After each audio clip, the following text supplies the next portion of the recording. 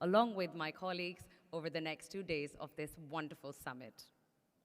This is more than just a summit. It is a sacred convergence, a gathering built not only on dialogue, but on devotion to the values that transcend language and culture: love, peace, justice, compassion, respect, unity, and truth, our 7 human values. Today, we also embrace 7 goals, pillars that elevate this mission into the movement it is. To speak with gentleness, to take giant strides towards global justice, to cultivate a generous spirit among the most influential voices, to remain genuine in our promises, not only to each other, but to the future, to live with gratitude for the bounty, beauty, and belonging of our planet, to act with grace in our thoughts, our decisions, and our leadership. And above all, to ignite a glorious chapter, one that history will remember not for what we said, but for what we dared to do. Over these next 2 days, we will be graced by world leaders, noble literaries, spiritual teachers, industrial pioneers, artists, and peace builders. Yes, each of us, no matter our title, hold equal power to listen, to reflect, and to transform. So, ladies and gentlemen, I urge you, let this summit be your mirror. Let it challenge you. Let it renew you. Let it remind us all that the future is not something we inherited. It is something we shape. With that, ladies and gentlemen, I'd like to give you a warm welcome with a round of applause, and we begin our day 1 of the Global Justice, Love and Peace Summit. We have a few audio pieces that we'd like to play for you, followed by the peace song. We then have the pledge and then the national anthem. Please continue to follow my humble instructions, and we'll get through some of the formalities of the morning. AV team. Can we have the peace song by Dr. Josefa, please?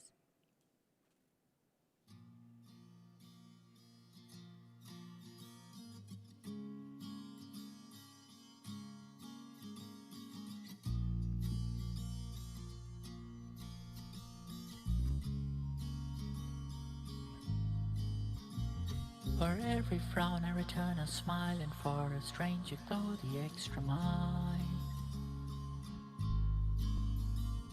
Forgive sometime with love that's blind. Come stormy rivers, faith makes them kind. If on my shoulders could a head feel ease, then little by little we bring the world peace. If God sometimes is busy, maybe we could step in, grab her little finger, plant a kiss upon her chin. If I could give a bee what I like to receive, it wouldn't be poorer for it, that I firmly believe. A hug is all it takes to iron out that crease. Let's hug one another and love the world to peace. Oh, the earth isn't moving, but my mind just won't sit still. Oh,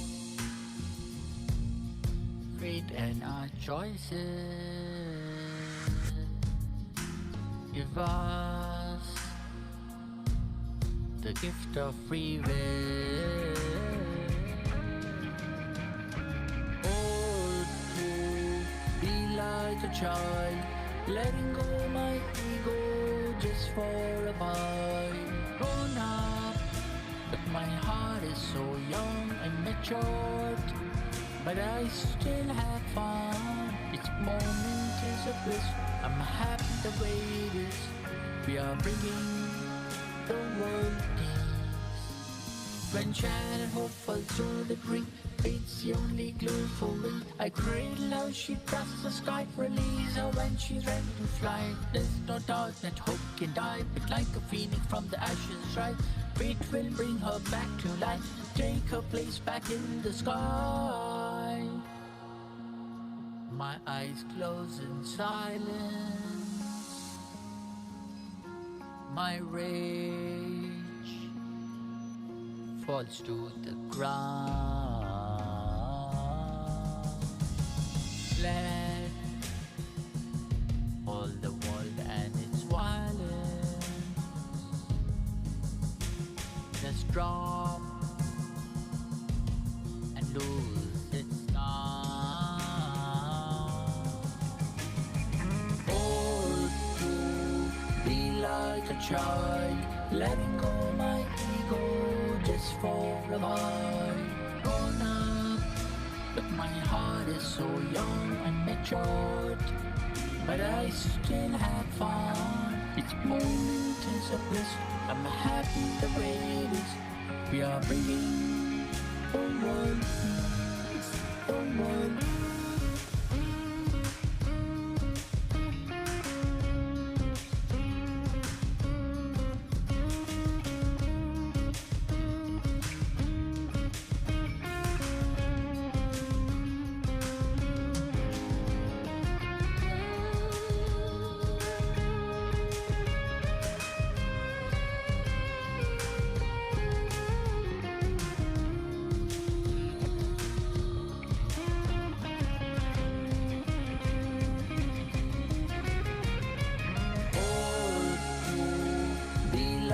Child, letting go my ego just for a while.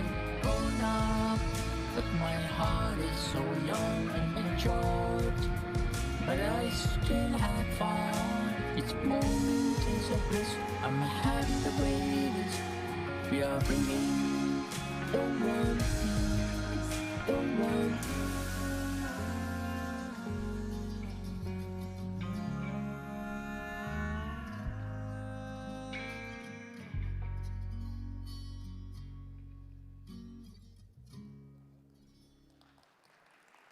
And that was our peace song by Dr. Josefa. Thank you. I hope each of you resonate and connect with the lyrics of the song. It's nothing unusual, nothing new about it, but it's so nicely put together. We have up on screen a small glimpse of the significance of the number 28. If I could please request my team members to flash that up on the screen. It's a very, very interesting piece of information that we've got there. Of course, we won't go through all of the details now, but I'd love to talk you through a little bit about the significance of the number 28. It is a perfect number. In number theory, a perfect number is a positive integer that is equal to the sum of its positive proper divisions. The number 28 stands for many different things. There are 28 mansions of the moon, which show the progress of the moon against the fixed stars. 28 letters in the Arabic language, the most poetic language. In Jewish tradition, there's 28-year solar cycle. A woman's menstrual cycle is 28 days. The number of Hebrew letters in Genesis 1:1, the first verse of the Bible, is 28. The number 28 depicts as 28 balls arranged in a triangular pattern, so on and so forth. I hope all of you have had a chance to take a look at this, but 28 is a huge number of significance.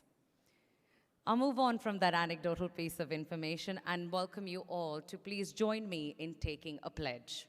If I may please ask you all to rise from your seats, put your right hand on your heart, and let's take the pledge. For this, may I please invite Dr. Josefa to join me?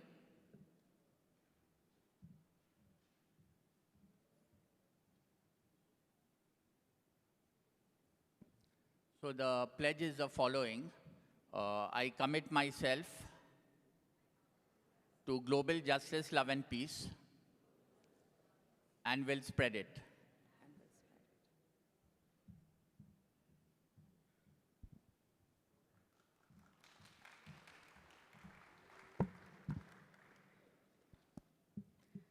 Thank you so much, Dr. Josefa. I'd like for all of us to take a quick look at the 7 reasons of why we are running the summit here. Up on screens, you'll see, and this I'm sure is included in all your agenda packs, over the next 2 days, you are all going to be resonating, going through comments, going through speakers, listening, learning, absorbing. But here are the 7 reasons the summit is being held specifically in Dubai. The Middle East is a zone free of conflict, with peace being the need of the hour. the UAE adopts to a neutral stance. Dubai is the world's second busiest airport and therefore made for the best place for us to conduct our summit. Dubai is a place of congruence of different religions, cultures, races, and language. The list goes on, but we have 7 very important reasons why we chose Dubai, this honored land, to be our location for today. So a round of applause for this wonderful nation for being an excellent spot on the planet to conduct our summit. Once again, ladies and gentlemen, we would like to honor this nation with the national anthem. Please, may I ask you to rise, hands on your side, and we'll pay our respects to the national anthem of the UAE.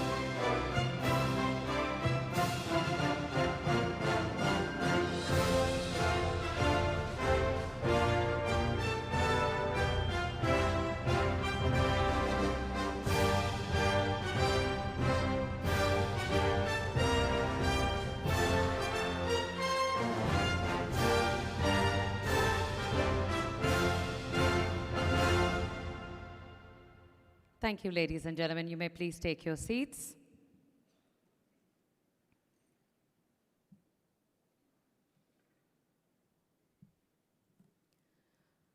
As I've mentioned, over the next couple of days, we are going to hear from our esteemed speakers who embody the summit spirit, each offering a unique lens on justice, youth, and unity in action. I think it'd be only fair to start day 1 with an impactful speaker. We are honored by the presence of His Excellency Dr. Ali Rashid Al Nuaimi, a respected parliamentarian and educator and the chairman of the UAE Federal National Council's Committee on Defense, Interior, and Foreign Affairs. His work bridges the leadership and bridges global understanding. With a round of applause, I'm very, very proud to invite him on stage. Please put your hands together for His Highness, Dr. Ali Rashid Al Nuaimi.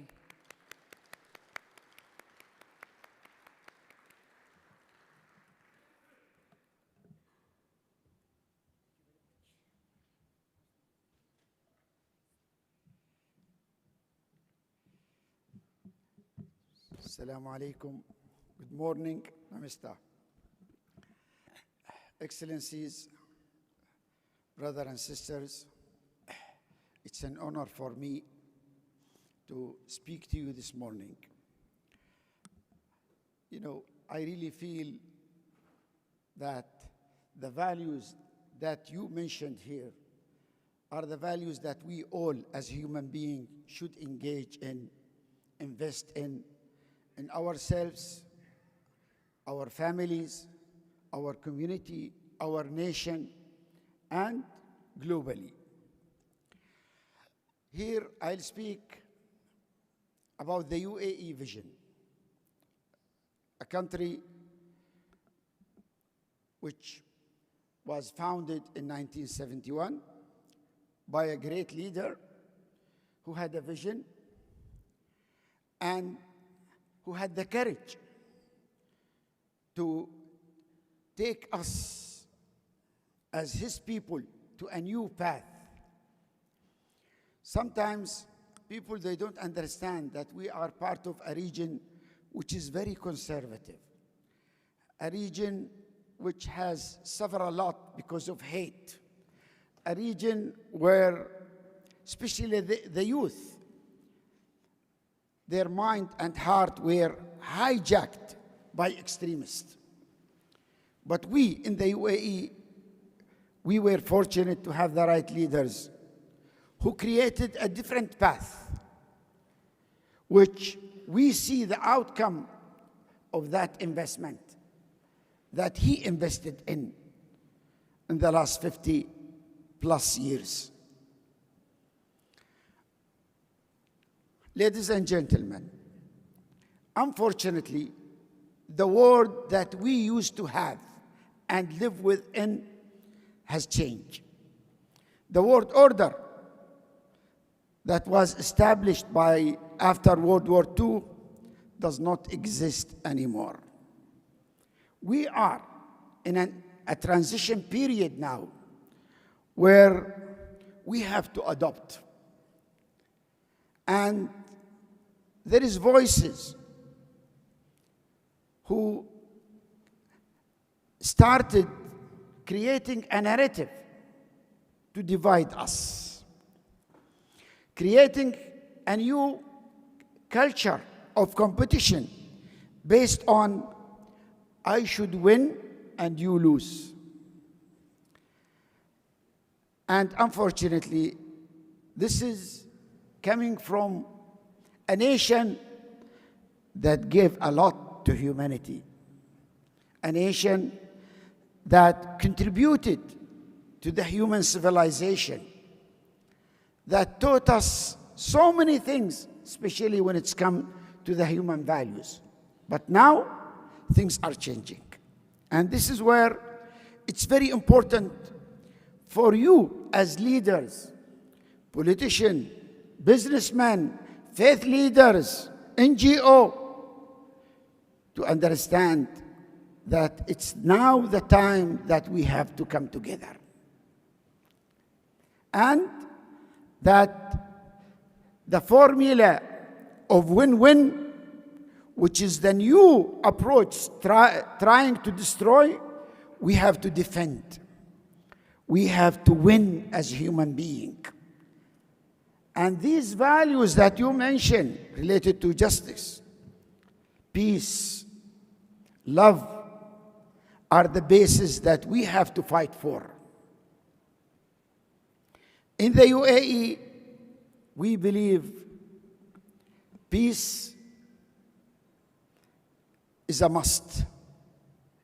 And peace is a priority within our national agenda.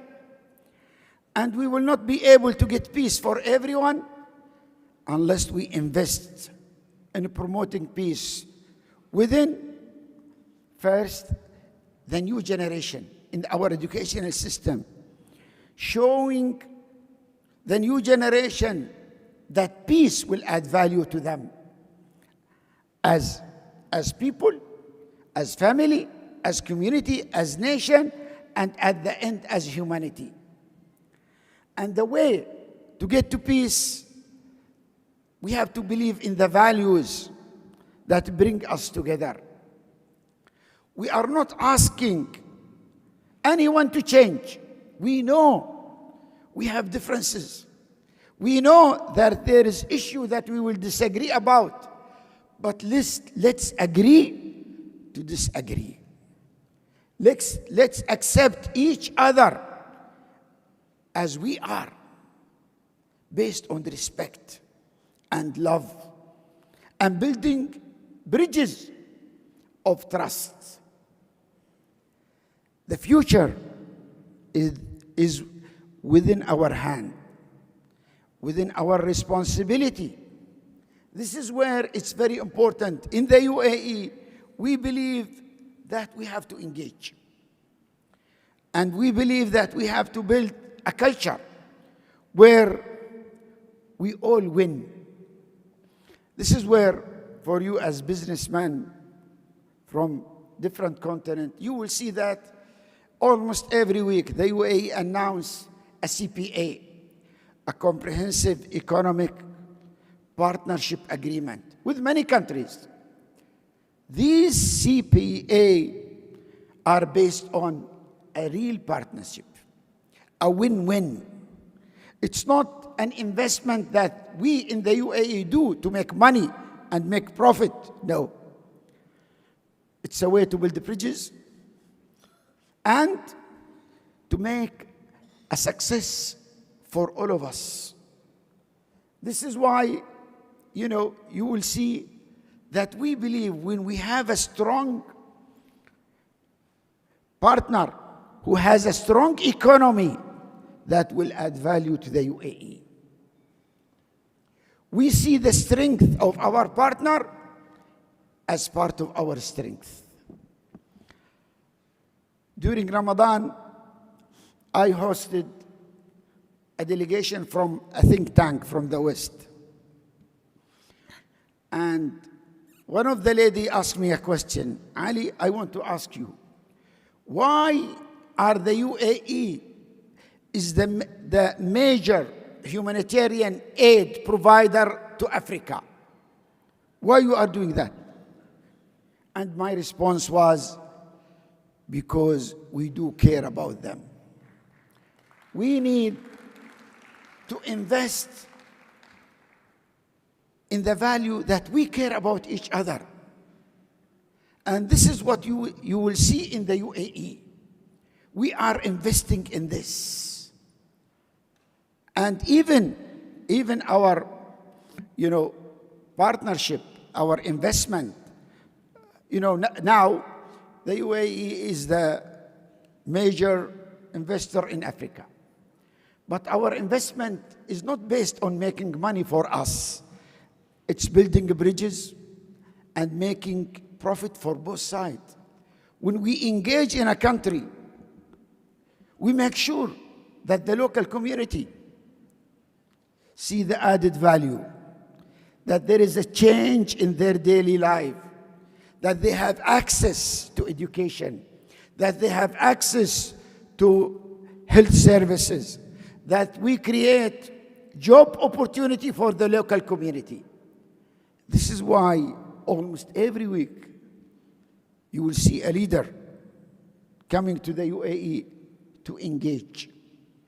This is where what's needed now, what's so-called the world trade that we are facing now, which is, in the UAE, we believe there is no winner.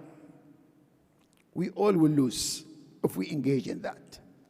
And this is where we need wise people to understand the challenges that we are facing globally now, and to engage in trying to understand the threat and be part of the solution, a solution that will serve all of us, a solution that will make all of us win and create a better future for the new generation everywhere.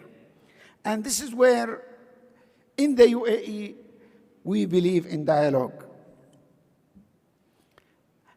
A dialogue that will build bridges of trust and respect and partnership later on. And here I want to emphasize and explain what do we mean by dialogue. You always have dialogue with those who disagree with you. You don't have dialogue with your friend who you agree with, because you will be talking to yourself. And this is where we need to engage all the stakeholders to play a part in dialogue. Politicians, faith leaders, businessmen, NGO, women, youth, you name them. Excluding anyone is a big mistake, because we will not serve what's called justice that you mentioned here. And this is where I want to highlight the faith leader's role. In many countries, when you talk about faith leaders, wait. No, they had no role to play. And this is a big mistake. Almost 84% of the world population, they follow religion. And they trust their faith leaders and they follow them. Excluding them, isolating them, will hurt all of us. This is where it's very important to engage with faith leaders, Show them that they are responsible. They have a role to play. And that we, with different community, different religion, different ethnic, all religion have great value. And these are the human values that faith leaders excel to promote. And when we bring them together, you will find out that we share all these faith values. You don't need to convince them. Let them talk about the faith values in their religion. At the end, you will find out that they are speaking the same language. The problem were that when we don't sit together, we don't listen to each other, we don't understand that we are partners. And this is where it's very important for politicians to appreciate the faith leaders' role and give them the opportunity to engage. Many problems that many community faces now, the engagement of faith leaders will add value and will bring the solution. I'm sorry I took a long time, but as businessmen, whenever you do I am not a businessman, by the way. You can call me politician, academician, but not a businessman. But when you do business, regionally or globally, you do your risk calculation based on the geopolitical issue, challenges and opportunity. Now, you have to revisit your calculation because the world order has changed. The principles that we use to follow are changed. The free trade rules are not respected anymore. So you need to do your calculation again, to evaluate the risk. And here, what I want to emphasize to you that the UAE, we are not changing. We believe that we have to give opportunity for everyone.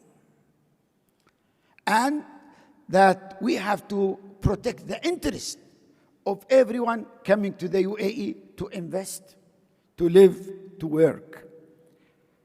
This is where you will see this very diverse community in the UAE.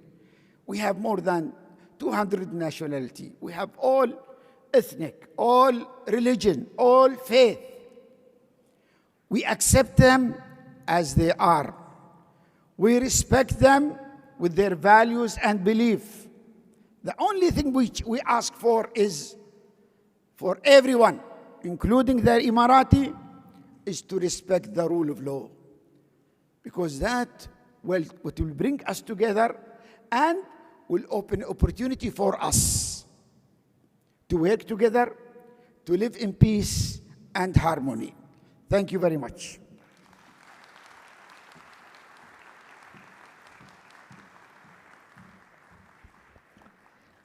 Ladies and gentlemen, His Excellency Al-Noaimi, may I please request Dr. Huzaifa to do the honors. We would like to thank you for that inspirational, powerful opening session with a very, very humble token of appreciation. Can we please bring over the bouquet and the shawl?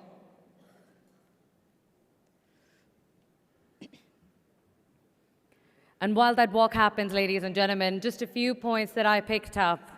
And if those were to be our key takeaways from what His Excellency has shared with us today, change is the only constant, and making place and room for all is imminent.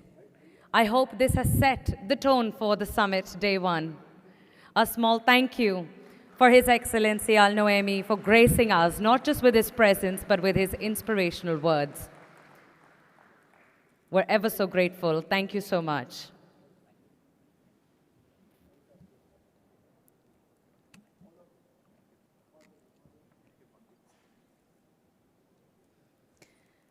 And now, ladies and gentlemen, I believe this tone for the day and for the next 2 days of this wonderful summit has been set.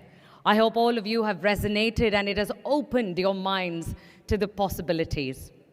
Coming up next, I think it only fair that you all be addressed by the man himself, Dr. Joseka Kurakivala, the man with the vision behind the Global Justice, Peace and Love Summit. He chairs as the CEO of Walk Hard. He's the founder of the Global Justice, Peace and Love Summit. I'd like to hand over the stage and the mic to Dr. Josefa to grace us with his presence and open the summit day one. Please, with a round of applause, welcome Dr. Josefa.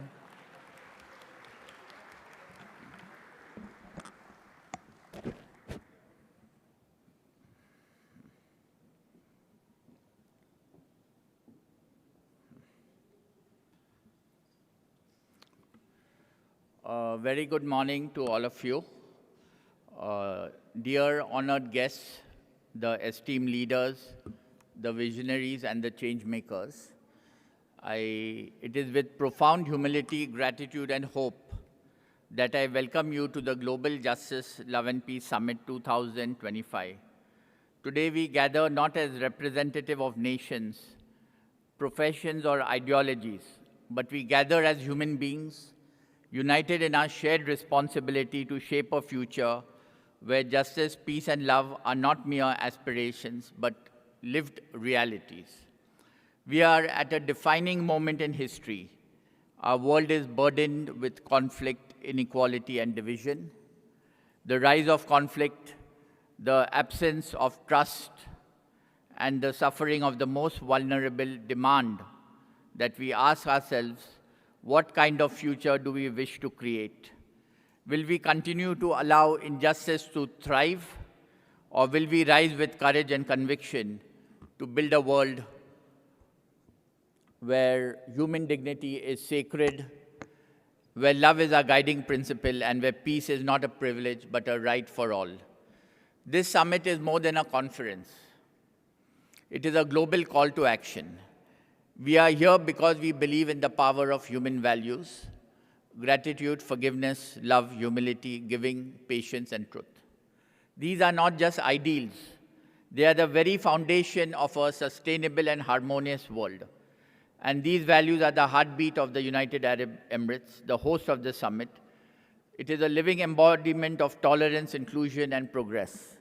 They reflect the timeless wisdom of the UAE founding father, His Highness Sheikh Zayed bin Sultan Al Nahyan, whose vision was rooted in compassion, coexistence, and human dignity. It is because of his profound belief in unity and peace that the UAE has become a global beacon of hope and harmony. Today, this legacy continues under the wise, visionary leadership of His Highness Sheikh Mohammed bin Zayed Al Nahyan. And we are also inspired by the dynamic leadership of His Highness Sheikh Mohammed bin Rashid Al Maktoum, the Vice President, Prime Minister of UAE and the ruler of Dubai, who has championed innovation, global dialogue, and power of ideas to transform societies. Under his stewardship, Dubai has become a platform where the world comes together, and they making the Dubai Expo city a natural home for this summit. It is with deep gratitude that we honor these visionary leaders. Indeed, this gathering is not only aligned with the values of UAE, it is a manifestation of its message to humanity, a message that affirms the possibility of building a nation and a world where diversity is a strength, where justice is universal, where love is the foundation upon which peace is built. The pillars of this summit are also pillars upon which a harmonious nation stands: tolerance, generosity, visionary leadership, and unwavering faith in human potential. We must remember that the future of humanity rests what the choices that we make today. Our collective future is being shaped by the choices we make today. The struggles of our time, wars that destroy family, injustice that silence the voices, inequalities that hold back progress are not inevitable. They are the result of human action, and they can be changed by the human willpower. if not power that defines humanity's greatness, but the ability to choose kindness over cruelty, unity over division, and justice over oppression. Every moment of peace and transformation throughout history has begun with individuals who dared to believe in the impossible. The father of the nation of India, Mahatma Gandhi, said, "Peace happens when the power of love overpowers the love for power." And this is one of a very important thing. Love is not just an emotion, it is a revolutionary force. It has the power to dismantle hate, heal wounds, and rebuild trust. And love is what compels us to act. In the same way, justice is not simply about laws and policies. It is about ensuring every human being, regardless of race, religion, gender, or background, has the right to live in dignity and freedom. A just society is one where power is used for the good of the people and injustice is not there. Together, love and justice, they pave the way for peace, and that is the greatest legacy that we can leave behind. Peace is more than the absence of conflict. It is the presence of justice, opportunity, and shared humanity. It is built in the classroom, it is built in the courtroom, it is built in the boardroom, and across negotiating tables. It is created when leaders choose diplomacy over destruction, when communities prioritize inclusion over exclusion, and when individuals replace apathy with action. Today, I challenge each of us to be the architects of peace, not only in grand gestures, but in the simple acts of understanding, respect, and kindness that ripple through society. So the time for change is now. If you are a policymaker, use your influence to enact laws that protect and uplift the most vulnerable. If you are a business leader, prioritize ethical practices that contribute to the well-being of the society. If you are an activist, keep raising your voice for those who cannot be heard. If you are an educator, inspire the next generation to lead with wisdom and compassion. And if you are simply a human being and a person who dreams of a better world, know that your actions, however small, have the power to create change. We begin this transformative journey over the next 2 days. Let us remember, we are not just here to talk about justice, love, and peace. We are here to make them a reality. A future worthy of future generation is not just a dream, for I am certain that together we can and we will. I would like to thank the speakers who have come here, the awardees who have come here, the sponsors, the Wokhart Group, and the other sponsors, including the Swiss Group, Aldobovi, Godrej Group, Jesus Lal, and Mr. Rahul Karad, who has helped us over here, the peace guests who have come, the peace students who have come. I would like to thank my parents, Dr. Habil Khorakiwala, Ms. Nafisa Khorakiwala, my wife, Samina, and the kids, my uncles, my family, and all the Khorakiwala and Latif family who have come here.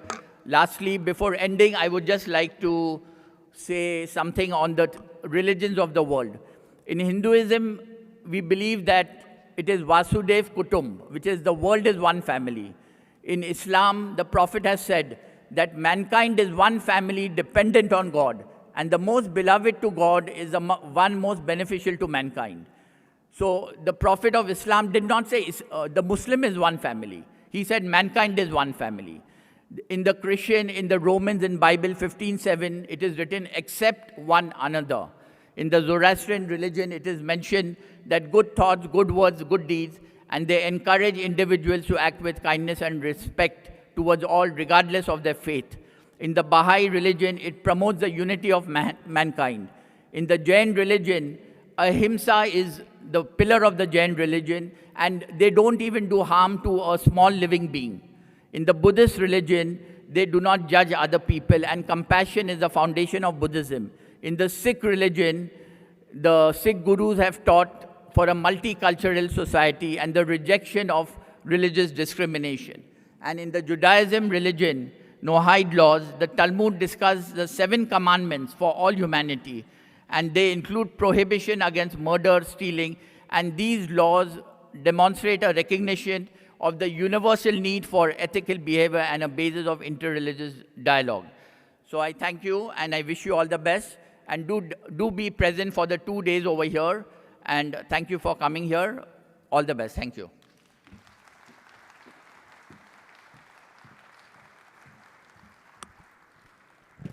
Dr. Josefa Kurakiwala, ladies and gentlemen, if there was a step-by-step guide that he could give you after you've left the two-day summit, I believe he shared it all here with you in the last 10 minutes. What an inspiring opening for the two-day summit. Thank you so much, Doctor. We have a couple of sound clips that we'd like to play for you, and make sure you pay close attention. All of these were selected and curated with a lot of love and with a lot of purpose. So, coming up, we have a small little audio by the very famous Michael Jackson, who also believed the world was one and there's no difference to make us all different. So please, let's give that a listen, AV team. We keep continuing to incorporate a little bit of music so that our theme is well resonated with all of you. A quick reminder to you all, UAE, as you know, has a promise and a commitment to sustainability, making this planet what we all collectively dream of.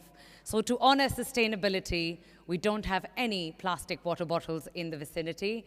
You may please look towards the left or the right. There are water dispensers all around the venue. So if you are feeling a little thirsty, please make sure you go ahead and grab a paper cup of water, please. And if at all we find any plastic bottles, we'll make sure to get rid of them. All right, thanks everyone. We're going to play a small little cue, and that's my cue to exit the stage. Now, you are all going to be graced by a room full of speakers, moderators. I suggest you get those mental notepads ready and really get ready to embrace yourselves. Thank you very much all. You've been fantastic so far. Stay seated, stay focused. Thank you.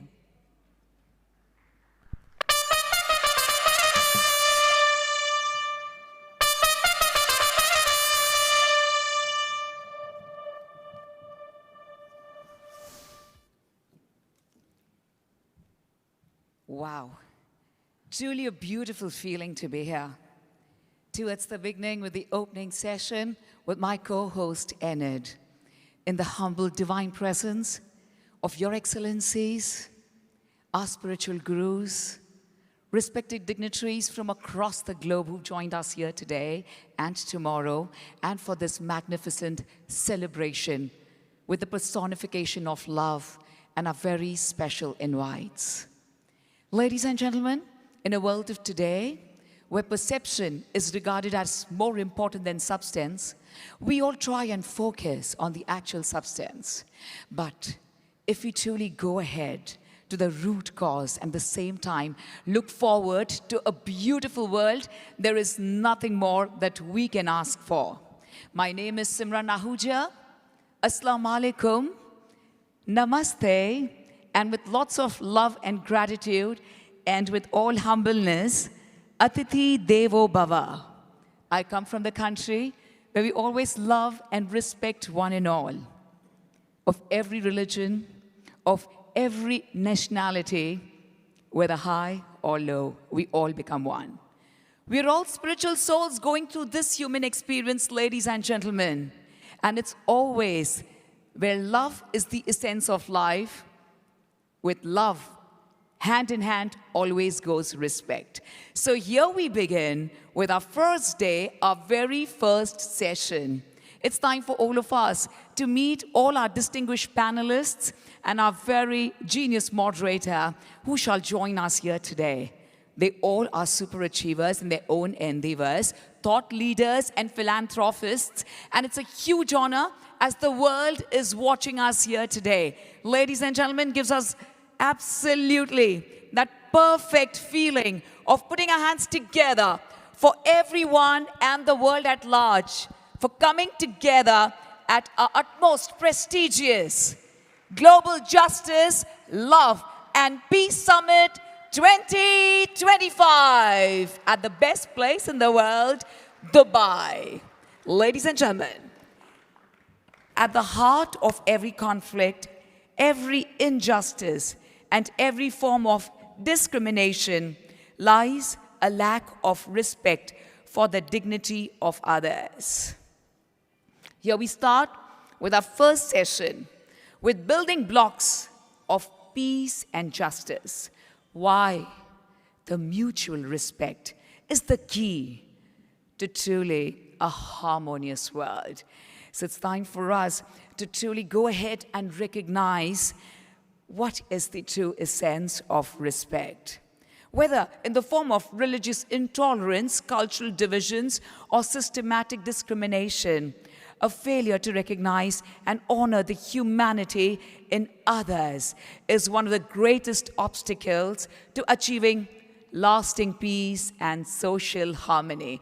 So are we all set as we smile and welcome our distinguished dignitaries along with our moderator to begin with this very interesting first session?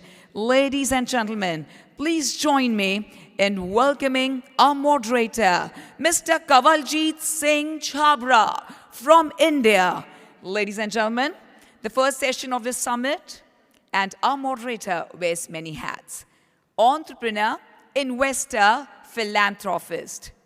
But above all, he's someone who truly believes in the power of people. He has consistently used his platform to bring communities together, break barriers, and champion respect across differences.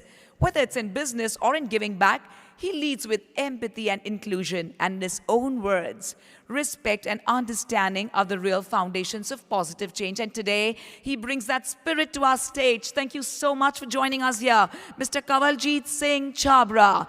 Let's continue the applause as we welcome, ladies and gentlemen, our living legend here on stage. I'm truly honored to have distinguished panelists with engaging diverse voices whose work spans healthcare, diplomacy, entrepreneurship, and the arts to gather insights on the manifestations and challenges of mutual respect in different contexts. Ladies and gentlemen, let's give a huge roar of applause to our living legend, Dr. Habil Khorakiwala, founder, chairman of Work Hard Group. Through his leadership, he has fostered a corporate culture that values diversity, inclusivity, and social responsibility, leading to Work Hard becoming a multicultural and multi-ethnic organization. He believes that integrating diverse perspectives is essential for creating a thinking organization, and this approach underscores his conviction that mutual respect among individuals from varied backgrounds leads to collective growth and innovation. Ladies and gentlemen, one more time, Dr. Habil Khorakiwala. Ladies and gentlemen, let's welcome. Thank you so much to our living legend. It's such an honor. Sir, I've always seen you smiling, and you are the perfect inspiration. We all know where it all comes from. Sir Dr. Hers, what a feeling to be here. Thank you so much. Ladies and gentlemen, please continue the applause as we like to welcome Ekaterina Zagladina from Russia, our distinguished panelist. Ladies and gentlemen, as the president of the Permanent Secretariat of the World Summit of Nobel Peace Laureate since 2006, she has been instrumental in expanding the summit's international influence, providing a platform where Nobel Peace Laureates and organizations convene to address pressing global issues. Fluent in Russian, English, Italian, and Spanish, Ms. Ekaterina Zagladina, President of Nobel Peace Laureate Summit Secretariat, embodies the spirit of cross-cultural understanding and cooperation. Her favorite quote is by Mikhail, which encapsulates her philosophy. Peace is not unity in similarity, but unity in diversity. In the comparison and conciliation of differences, may we please welcome on stage, ladies and gentlemen, Ms. Ekaterina Zagladina from Russia. You look as gorgeous and beautiful outside as much as you are inside. Ladies and gentlemen, thank you for the roar of applause, and gives us a huge honor to welcome Ms. Deepa Malik from India. Her journey was never about just medals. It was about demanding the same respect, access, and recognition that others truly take it for granted.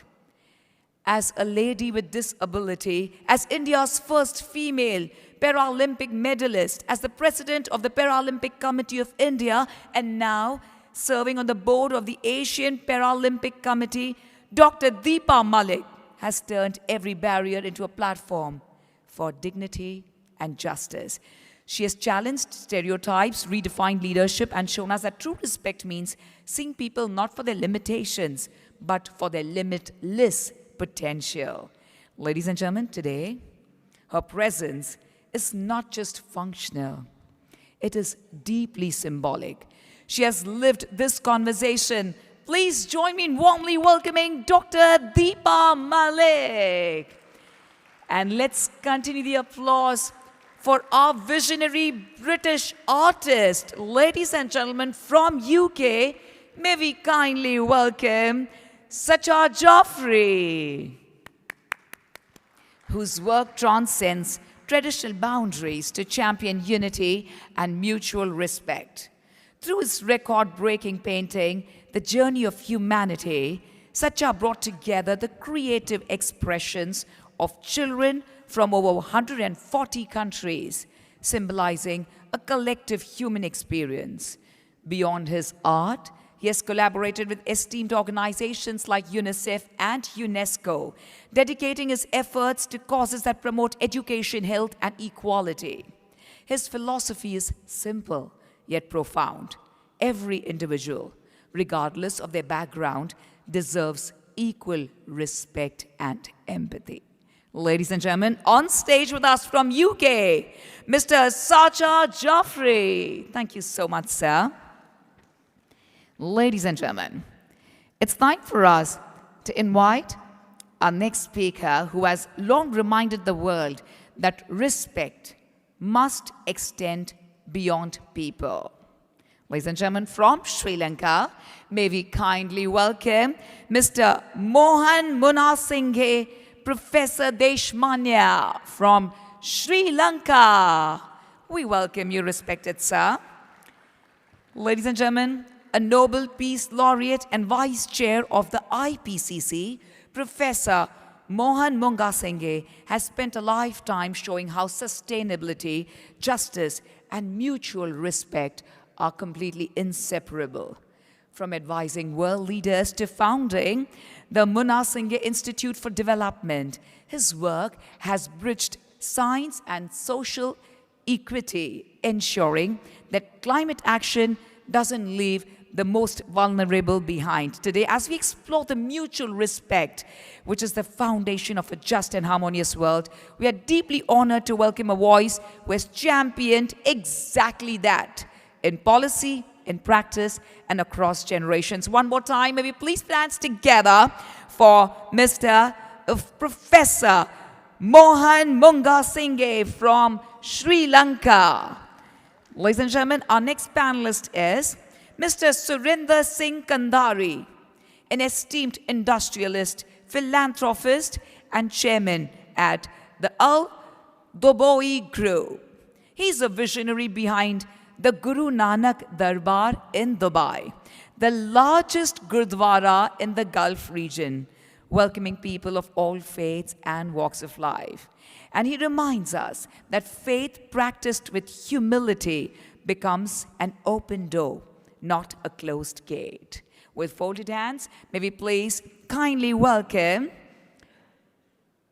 Surinder Singh Kandari sir, who's also a guru, here on stage with us. And ladies and gentlemen, we are truly humbled as we have His Excellency joining us virtually. Sat Sri Akal, sir. Such an honor to have you here with us, sir. Thank you so much. Ladies and gentlemen, it is a profound honor to welcome and joining us virtually His Excellency Jose Manuel Ramos Horta, President of Timor-Leste and Nobel Peace Laureate. His Excellency's life is a living testament to the power of mutual respect in the pursuit of justice and peace.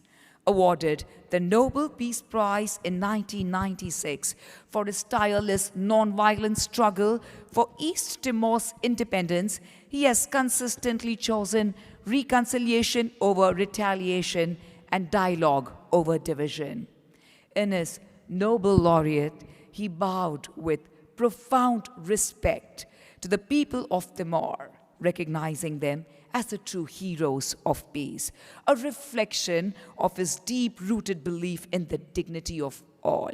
And most recently, he affirmed that mutual respect and coexistence are the heart of his nation's identity and must be the world's path forward.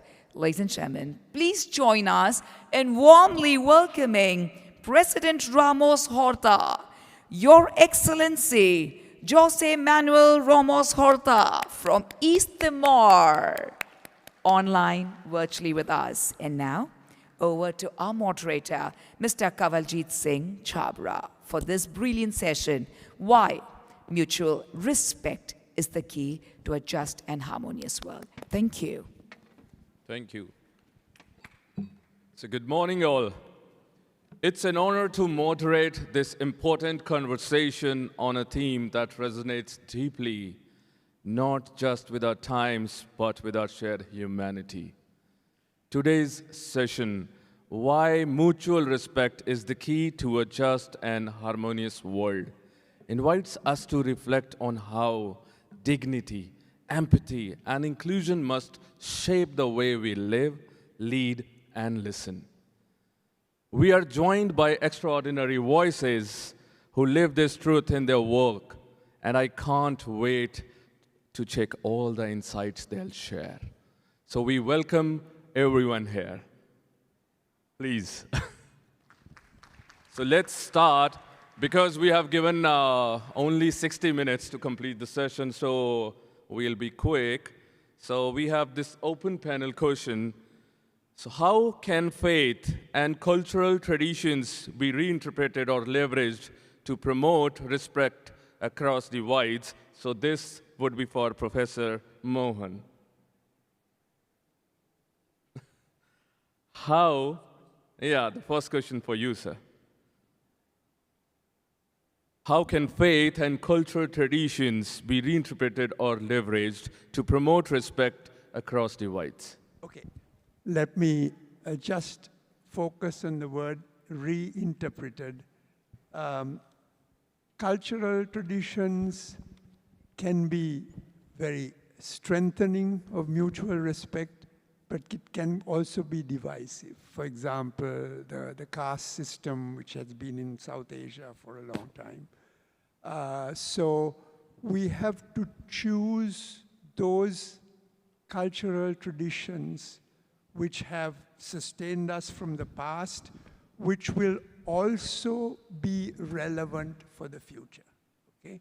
And that is a key element of reinterpreting our culture, to be proud of those cultural values which will take us into the future, right? On faith, I would interpret it more in terms of spiritual, because sometimes, for example, in ideologies, you can have blind faith, which can be very misleading. So it is more the spiritual side of faith, which I focus on, which comes from inside, from your meditation, the voice that says this is the right thing to do. That is my interpretation. Thank you very much. Thank you, sir. Thank you so much. So I'll go with ma'am now. How are youth redefining respect in digital spaces and social movements? Let's go on for the youth. The question is, how are youth redefining respect in digital spaces and social movements? Thank you.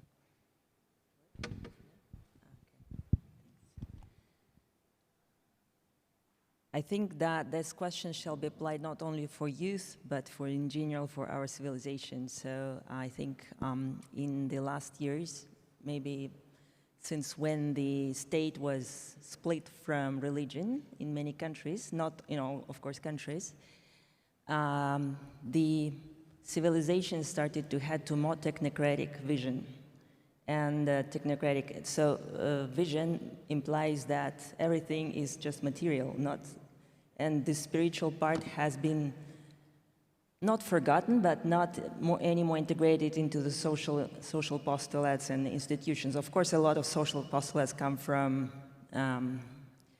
spirituality. However, a human started to be more a slave of the progress rather than the progress servicing the human. And that's where many countries are heading. So in that of the sense, I think the new generation or the young people shall be raised in a different way. The education could actually explain or reveal more to young people that human has own purpose, not only to enjoy the material aspects, but also to self-realize in this life. So for young people, there shall be sort of guidance given by not only by the formal education, but also by spiritual leaders or cultural institutions, not to focus only on the material self-realization. And that is what I would give as the answer to this question. Thank you. May I just comment?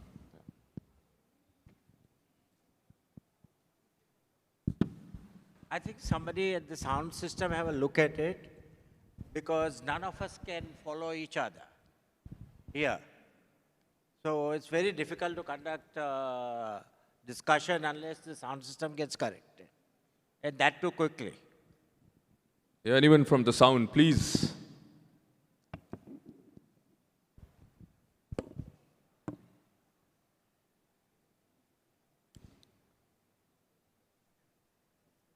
Yeah,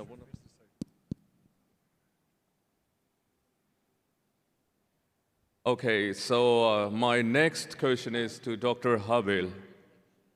Sir, what role does the media play in either eroding or elevating respect in public discussions? I'm sure all of us agree that all of us are reacting, responding, creating our views, what we see in media. And there are medias of different kind.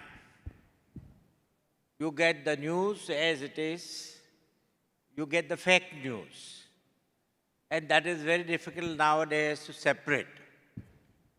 Second, one of the most important things for any media, whether it's electronic media, digital media, or a print media, unless the news is negative, something gone wrong, there is a disaster, there is a war, somebody got killed or raped, these are the news.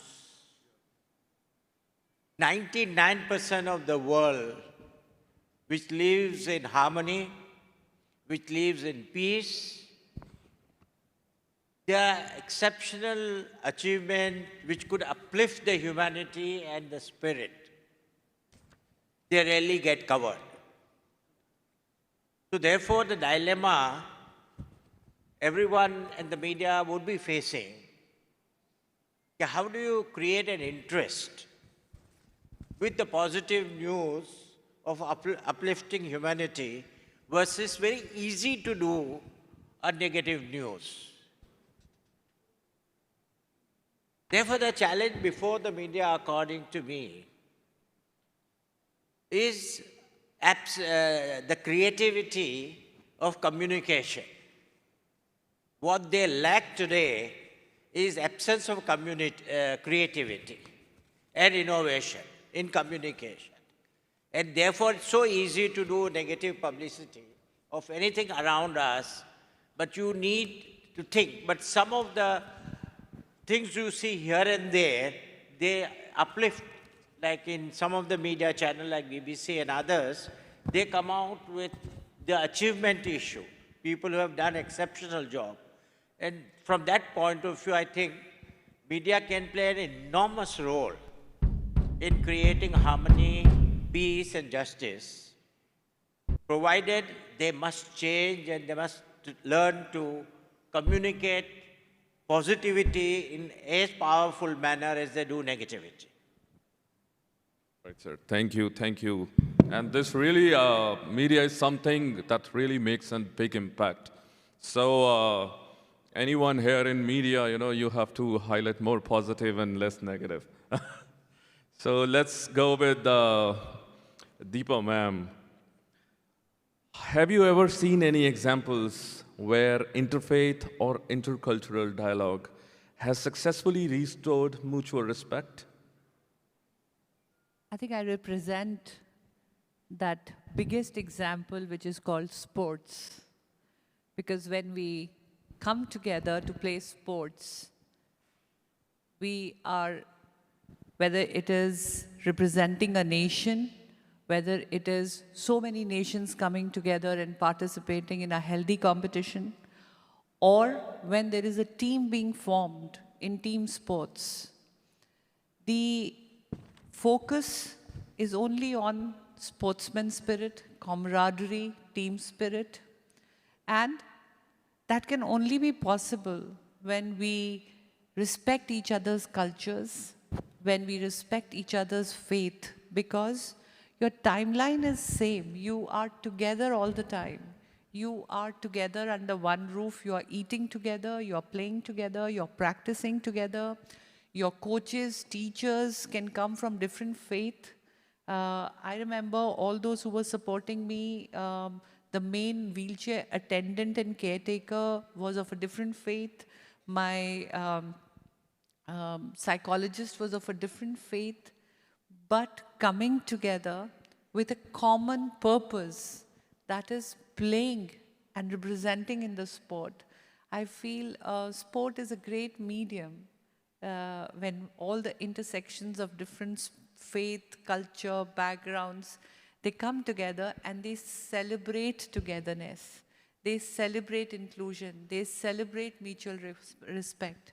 So that is one huge example, and I'm so proud that I am myself a part of it. And for me, it gets more impactful because when I play, there is also an element of another aspect, which is disability, and which is respected, which is more focusing on abilities beyond disabilities. So there is no seclusion, there is no disrespect of the person that you are, or the body that you are living in, or the faith that you are following.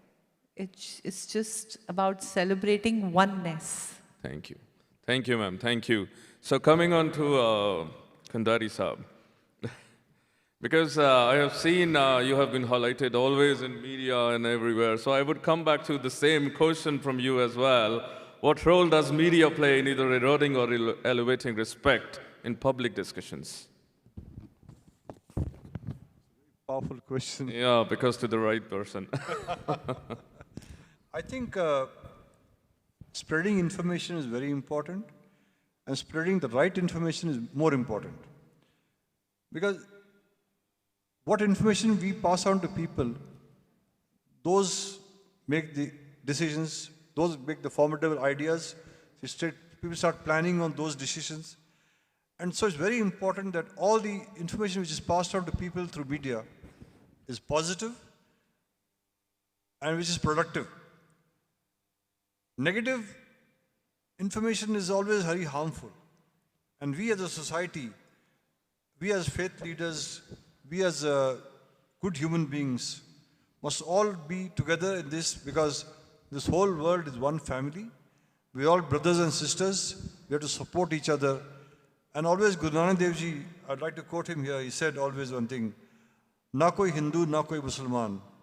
That means we all are human beings, we all are together, we all are one. And we have to live as one family. And this information is passed on, is positive information, will always help to make this a better world. That's amazing. We all are humans and we all are one. Thank you, sir. So coming on to, sir, how do traditions sometimes perpetuate exclusion? And how can we shift them towards inclusion without losing identity? Good morning, everyone. I didn't hear that at all, so you're going to have to say that again. Okay, so this is how do traditions sometimes perpetuate exclusion, and how can we shift them towards inclusion without losing identity? Okay, hi. So you're asking an artist that question, which is interesting. So you're going to get very much my point of view as a painter. For those that don't know me, I'm a painter. I've spent the last 28 years of my life painting, doing nothing else. It's been a beautiful journey. But along that journey, I've learned a lot of things. The answer to that question, definitely not one of them. But I'll give you a little insight that I feel may be more poignant than the question. I believe that we are made of energy. We communicate at our most poignant, our most powerful, through energy. But the energy we emit is made of our intentions.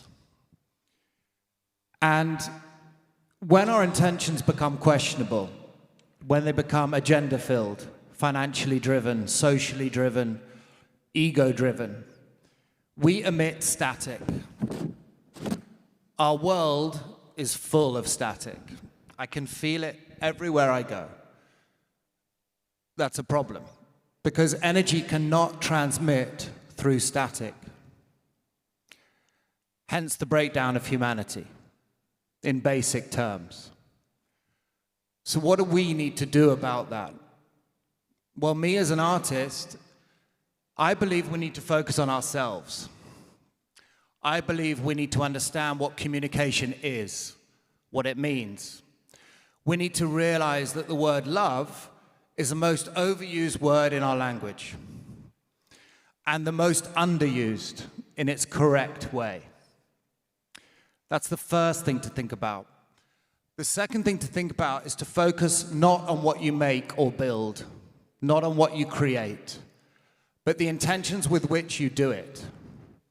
Because every moment in your life, every transaction, every connection, every single moment, you're emitting an energy into our universe.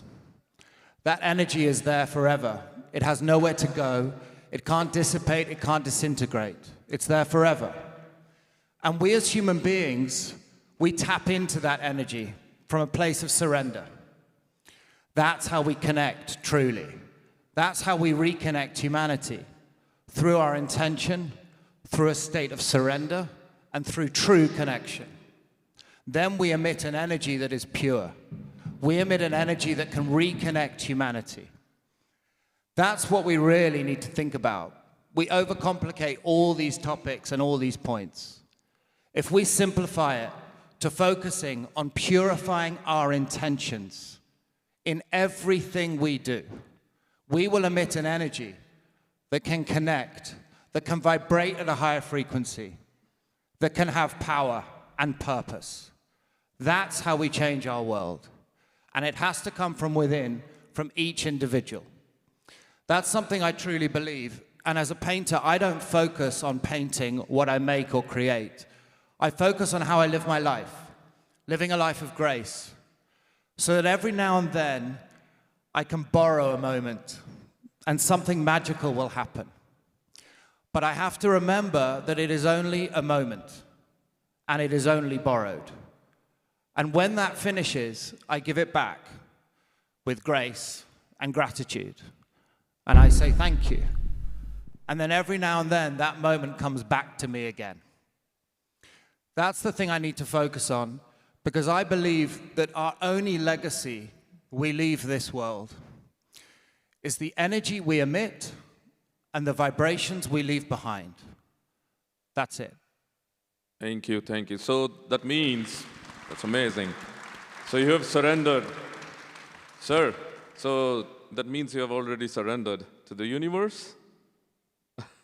I think you have to understand that we as human beings are very small. We have to remind ourselves of how small we are so we can become truly great from a place of humility. The only way to do that is to realize that human beings are heavily flawed and not very powerful entities. And the only place we can actually find that power, that poignancy, is from a state of surrender. Right. Because then we can surrender to something far more powerful, which is our universe. Universe, yeah. Thank you, sir. So let's go ahead. Are you engaged like everybody? Like, let's do it for the person sitting beside you. One time, let's applaud for everyone here. See, now is the energy coming out from all the universe to you all, and God is blessing you all. Thank you. Now, sir, Dr. Habil, I want to come back to you, sir. So let's go for an important question. And like you have, sir, long championed the idea that peace and health are interlinked. How does corporate responsibility foster mutual respect and justice at a societal level?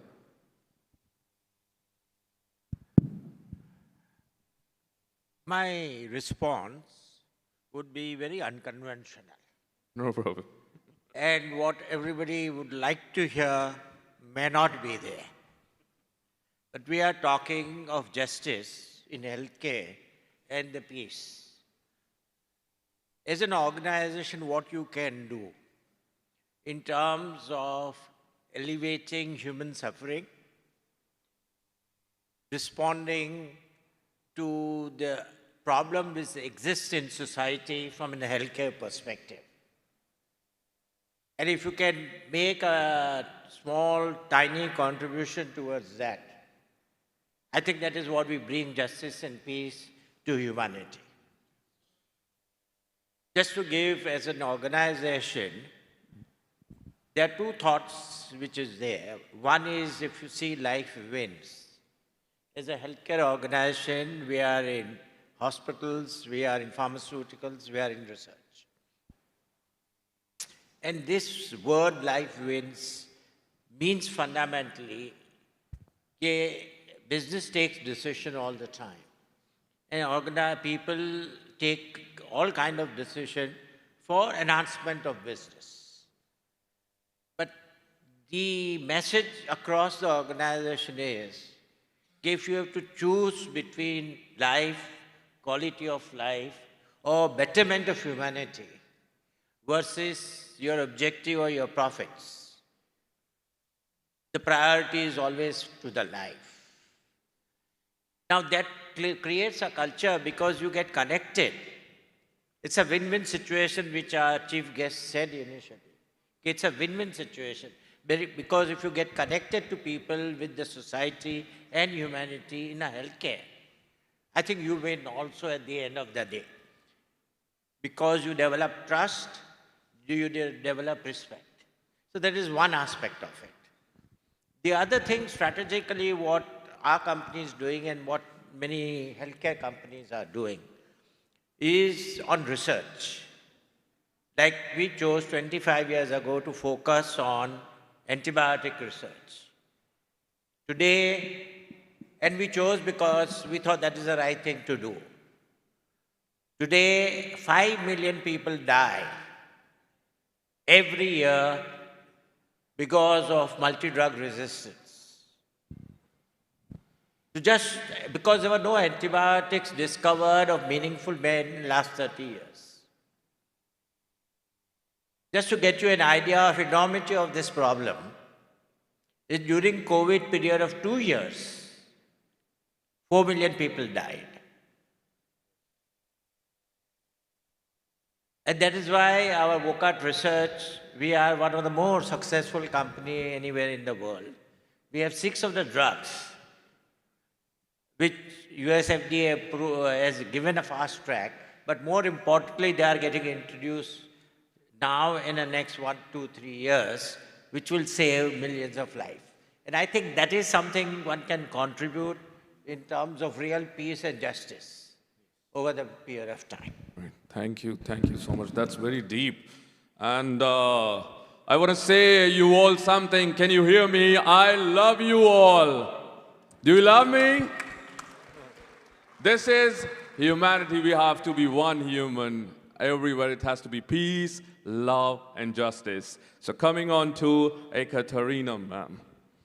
You have quoted Mikhail Gorbachev's powerful word. Peace is not unity in similarity, but unity in diversity. So how can the world move from fearing difference to respecting it, especially across cultures and ideologies?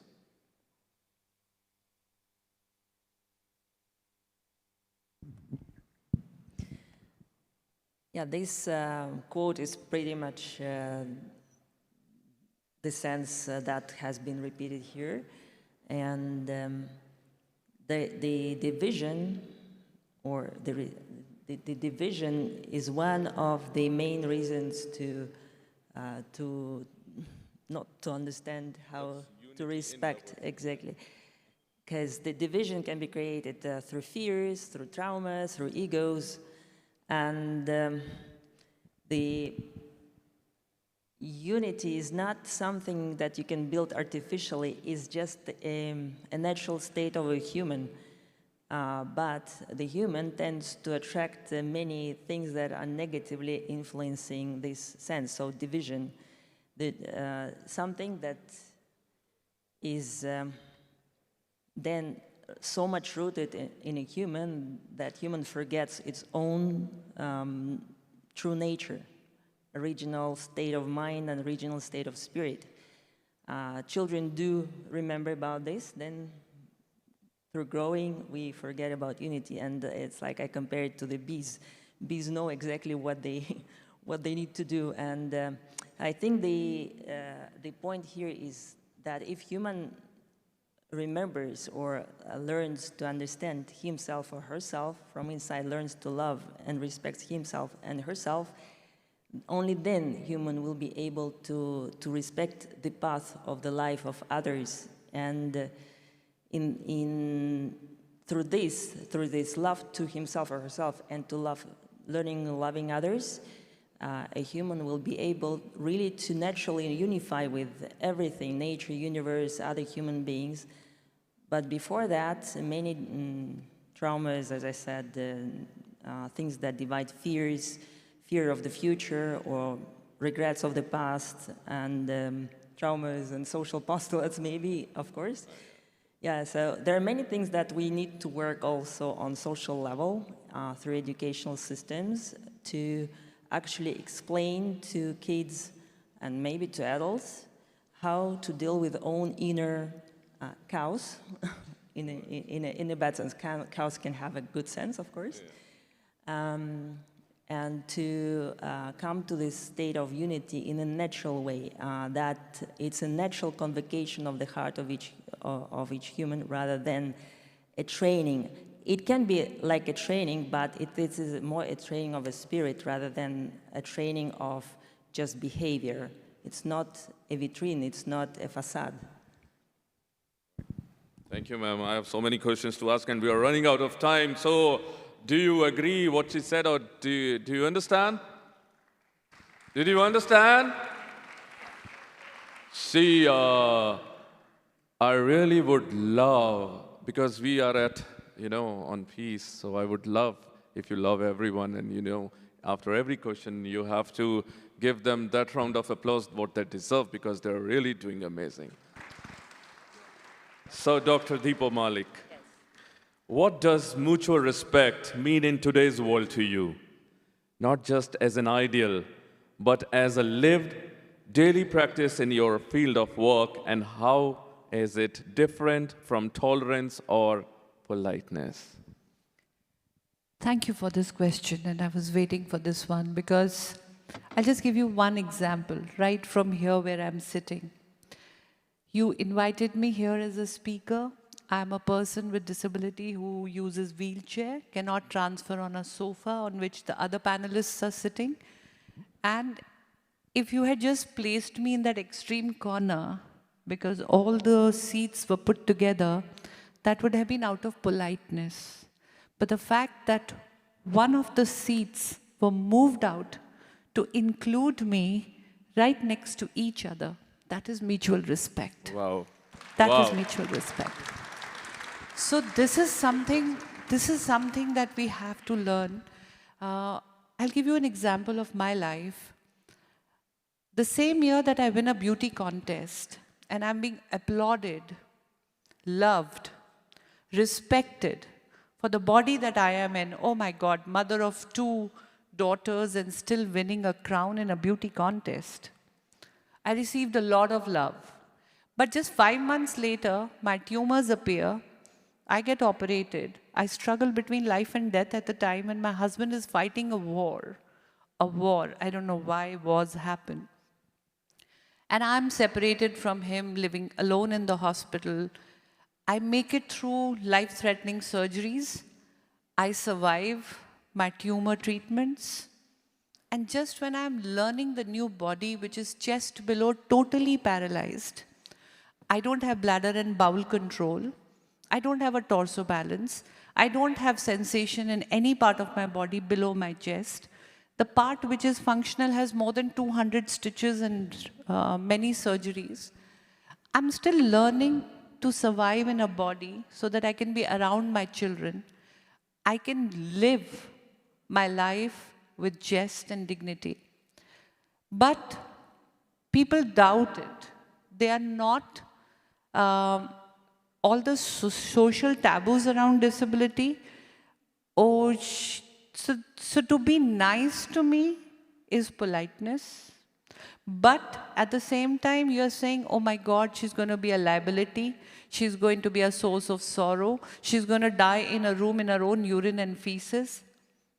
That means you are lacking love and respect for the struggles that I'm going through. And that is, if you are stereotyping me, and if you are not loving me, and if you are not respecting me, you are violating my human rights, and you are destroying justice. And that's where I come from, and that is what I feel. So it became not just a passion, but a mission of ability beyond disability. And I went on this journey because my journey is all about earning mutual respect, which includes love and justice for everyone. And I, as a human being on this planet, have equal rights for equal opportunities with love and respect and human rights and justice. Amazing, amazing. So we say this body is our home and the soul is the energy. So here it comes from, the soul. So, sir, how do you see cultural diplomacy playing a role in healing global divisions? And can storytelling from peace leaders restore lost respect across divides? I have the best questions for you. Fantastic. Thank you.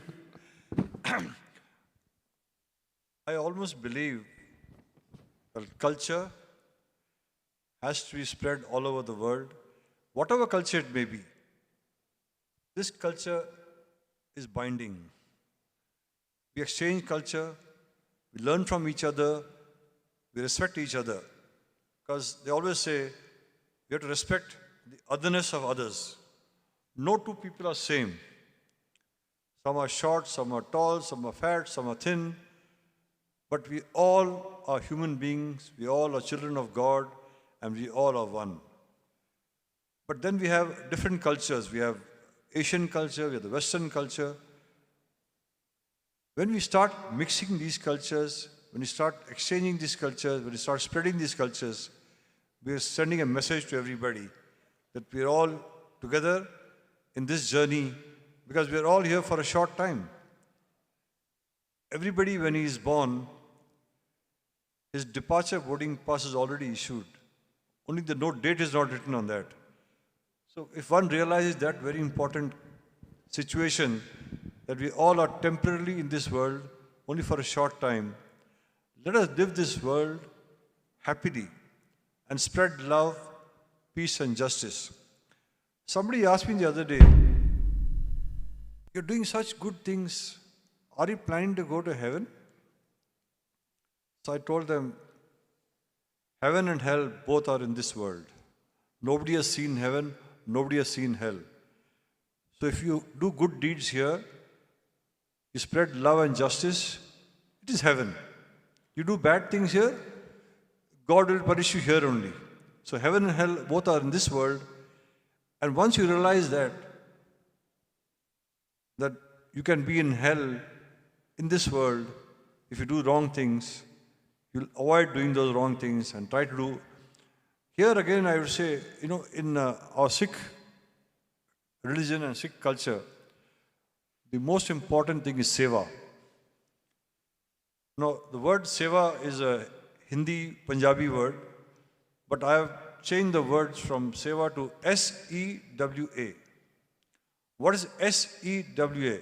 S means serving everyone without appreciation.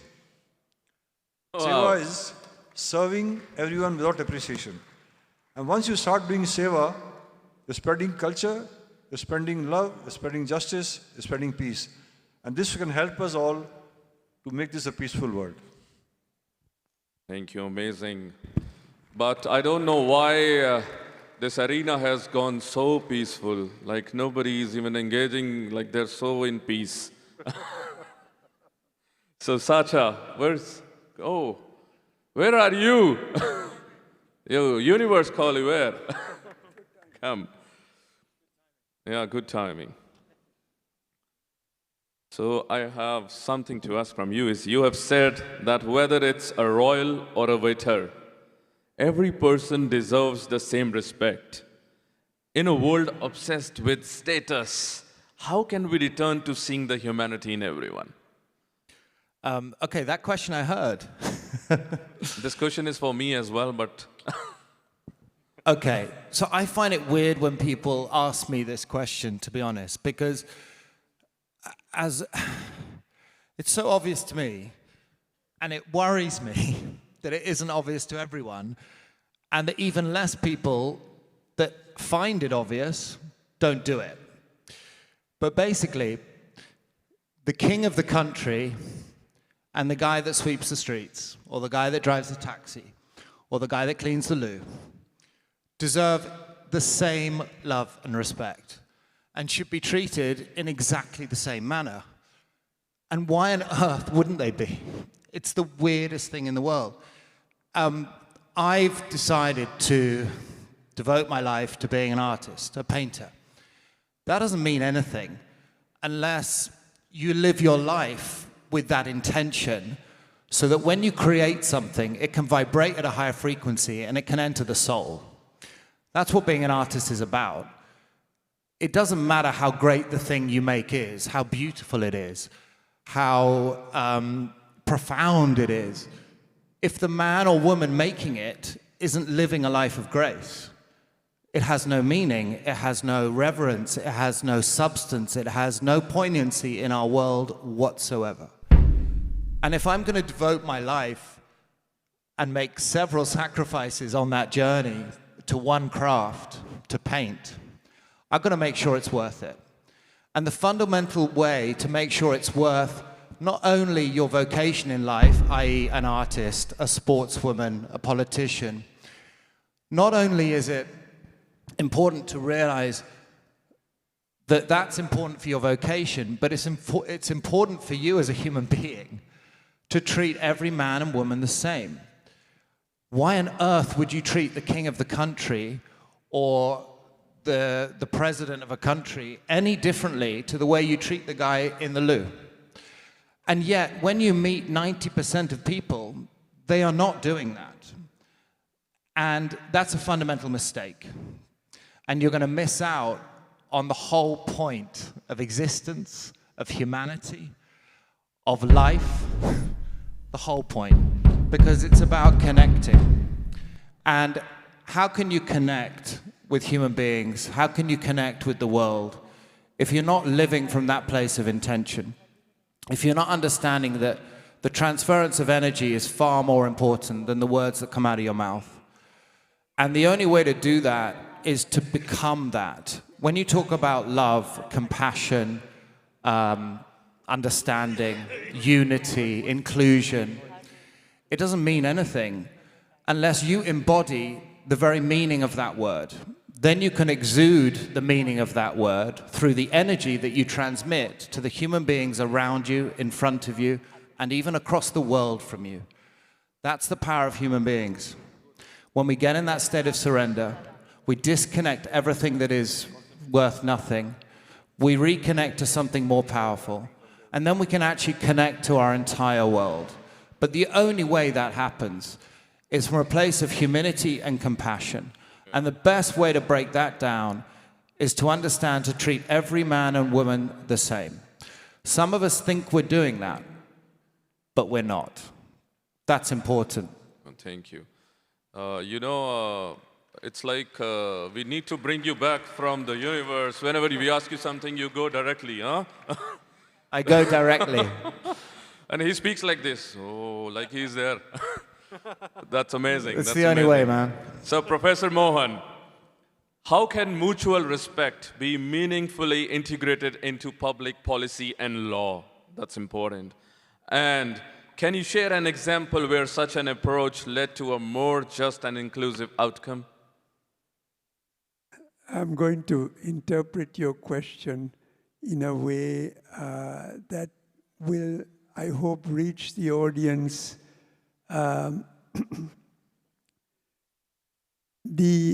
My answer is based on the following. I mean, I do meditation every morning, like many of you, I think, 30 minutes. Now, one of the key points is that it is a very harmonious state. It is a very pleasant state, and you want to stay in that. But at the end of the meditation, you realize you have to come out of it and go out into the real world and face the problems. Now, the point I want to make to everybody here is that we all agree on all of the things we are discussing. So in a way, it's a kind of a mutual respect echo chamber, right? Now, eventually, you have to go out into the world, and the reason why we are discussing the importance of mutual respect and justice, love, and peace is because we know in the outside world, this is sadly lacking.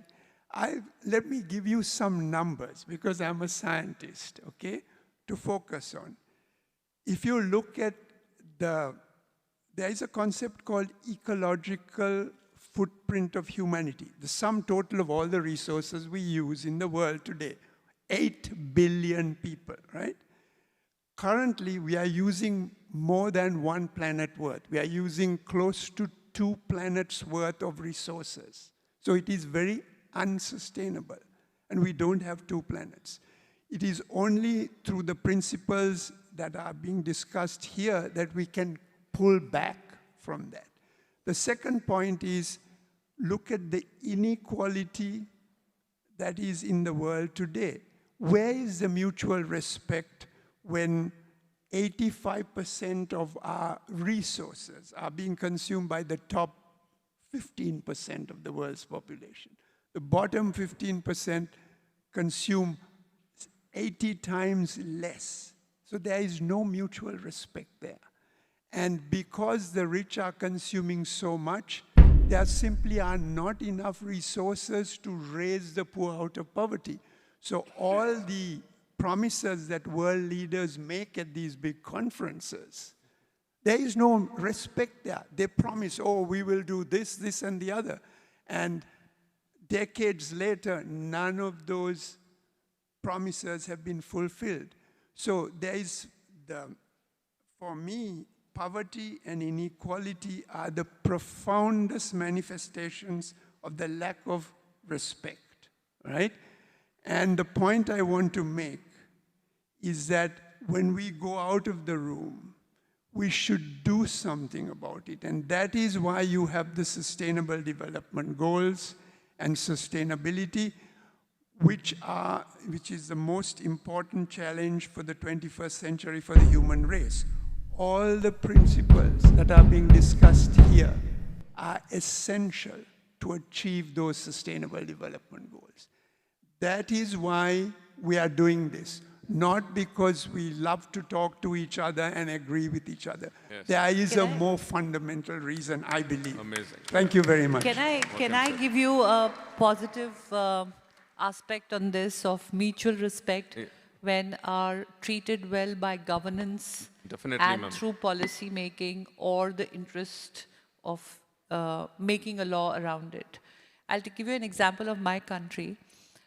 When the government decided to give respect at par to the para sports in my country, 2016 was the first female medal that I won, which meant an independent India in 7 decades could make only one female medal. And after that, when deliberations were done over the policies and better policies giving mutual respect to the sports for persons with disability was given, you see the statistic impact. From 1968 to 2016, India had won only 12 medals at the Paralympics and only 1 woman medal. Now, impact of such governance where mutual respect was extended by media of the policies, inclusive policies, in just 4 years, 2020 to 2024, India made 48 more Paralympic medals and 14 more female Paralympic medals. Wow. And the whole narrative around disability in the country has changed. Now, persons with disabilities who are very, I love the term that Honorable Prime Minister has given, it's called Divyang Jan, where there is respect in the terminology. And the narrative that even in Dubai, I love the term, people of determination. See, the whole narrative changes when the government policies include mutual respect in their justice and law. Today, 21 disabilities are included in the Disability Act, which was as recent as 2016 in my country. So that means 21 types of disabilities now deserve the respect they have been missing all these years, which means the policies are supporting their education, their inclusion, their empowerment, their social integration, their development. So this is the value of mutual respect when it gets included in the good governance. Amazing, amazing. That's emotional as well. So coming on to the boss, Dr. Habil. See, he's like amazing. He's the boss. How can businesses become platforms for promoting respect across cultures, classes, and communities, especially in healthcare, where dignity is central? It's a very tough question. I would ask a tough question from you, obviously. I think over the years, in last 70, 80 years, the business, which was much more focused on material things and profit-minded, have evolved to be more connected with community and societies in many respects. One is, today you have, organization have to have a report of sustainability. And you have to say how much of energy, how much of water, and other elements of sustainability your organization has contributed over the years. And it's not only the report.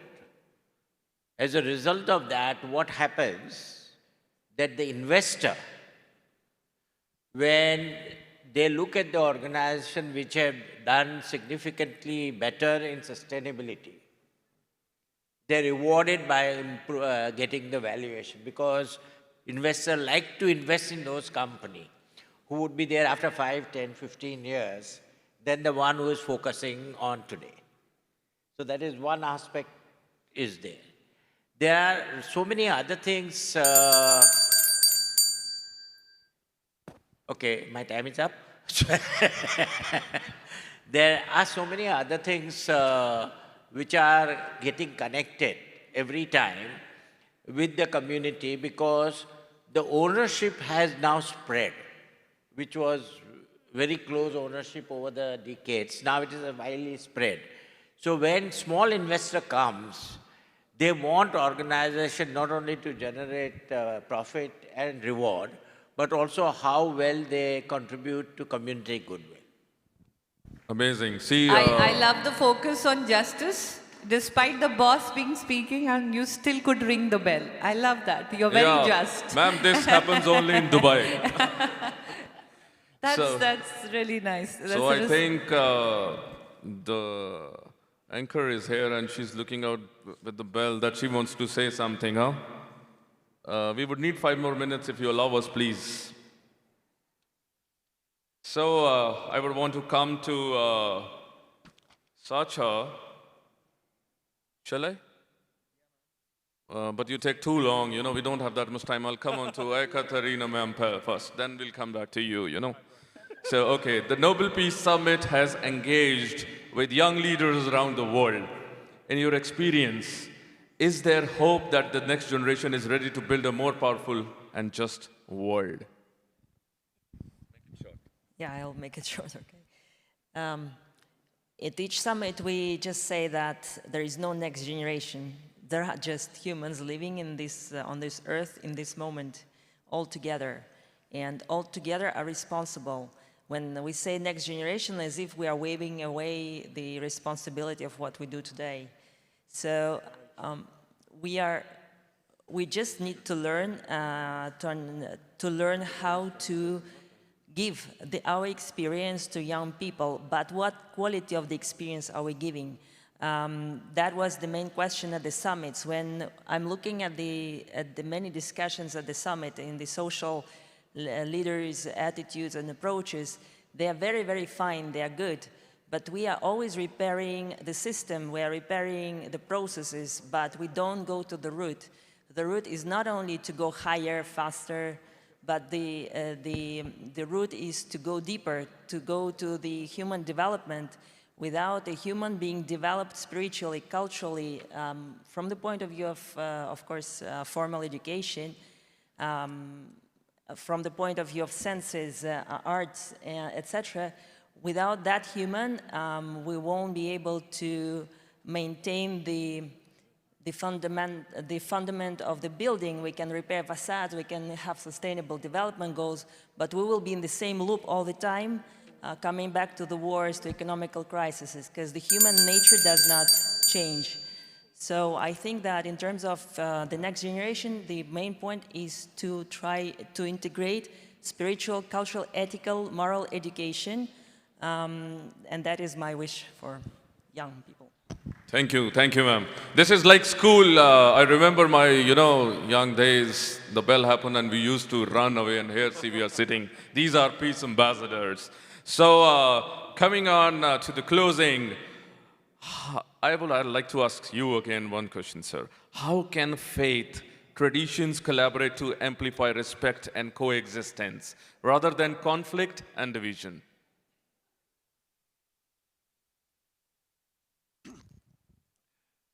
I think most policies in the world are decided by the politicians. And these politicians, if they think not for the vote bank, but work for society, work for humanity, this world will be a much better place. And these policies definitely have to be having a humanistic approach, an approach to serve humanity, to serve society. And we are all depending, like today, if you look at what Donald Trump is doing, he's almost shaking the whole world up by giving so many difficult tariffs to different countries. Oh, no one is. Of course, we are very happy because in UAE, he's only put 10%, which is fantastic. But other countries like China, India, they've all been suffering with huge, heavy tariffs. Now, again here, the policies of the government, they reflect on society and they bring the society in difficult situations. So I think it's very important that the state has to take part on a humanistic approach, on a more approach towards serving humanity and serving us all. Thank you so much, sir. Thank you. See, Sacha, no, we wanted to ask you a question, but I would ask personal because the school is over now. That's so Okay, kind. so coming on to the closing, thank you all our distinguished panelists for reminding us that mutual respect is not just a value, it is a necessity. From boardrooms to classroom, from policies to personal choices, respect is the foundation upon which justice, peace, and coexistence must be built. So we come to an end. I would like to thank everyone and hand over the session to the anchor. Thank you so much. I'm going to kindly request Dr. Josefa Korakiwala to kindly present tokens of love as mementos to all our distinguished panelists and the moderator. I'm going to request all of you to kindly join us ahead for a group picture, please. It was a wonderful session, ladies and gentlemen, on building blocks of peace and justice and mutual respect. I sincerely apologize. We also respect time at the same time, and please forgive me. I'm sincerely apologetic regards this. Ladies and gentlemen, we have water on both the sides, and since we believe in making this planet and keeping it greener, we believe in sustainability, so feel free to truly go ahead and sip some water. Ladies and gentlemen, a loud round of applause for this extremely brilliant first session of our two-day summit. So thank you so much to each and every one of you, ladies and gentlemen.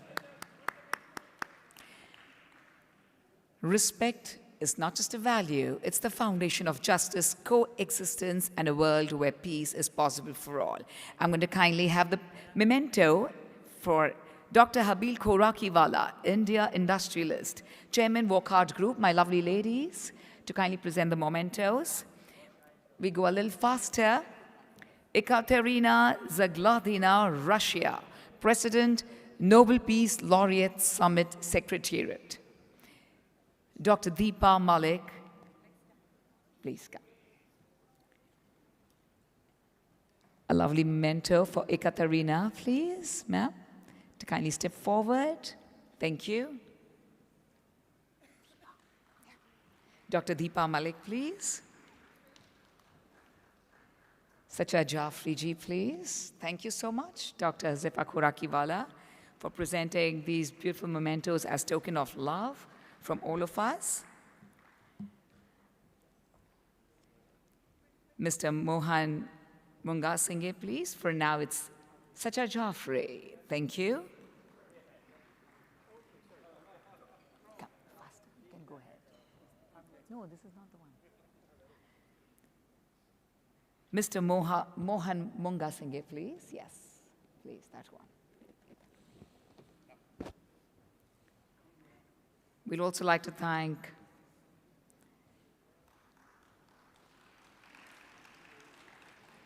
Mr. Surendra Singh Kandhari, sir. You can get please, sir, kindly join us center stage. Sir, you spoke about seva, and it is so true that we need to do seva soulfully as well. So they say seva tan man dhan and ru se atma se. That's beautiful.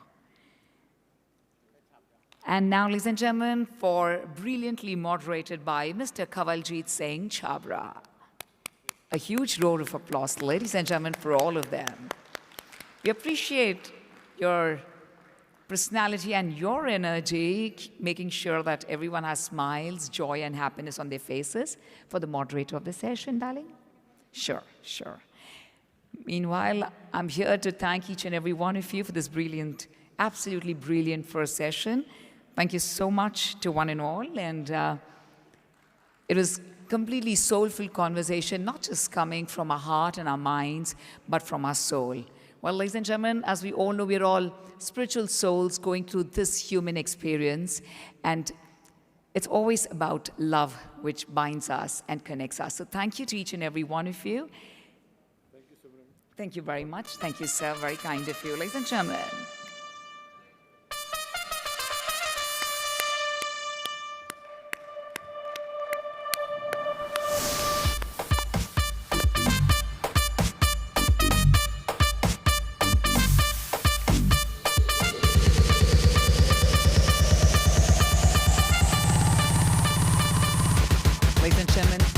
7 causes of world conflicts: religion, politics, intolerance, misunderstandings, lack of spirituality, greed, and race.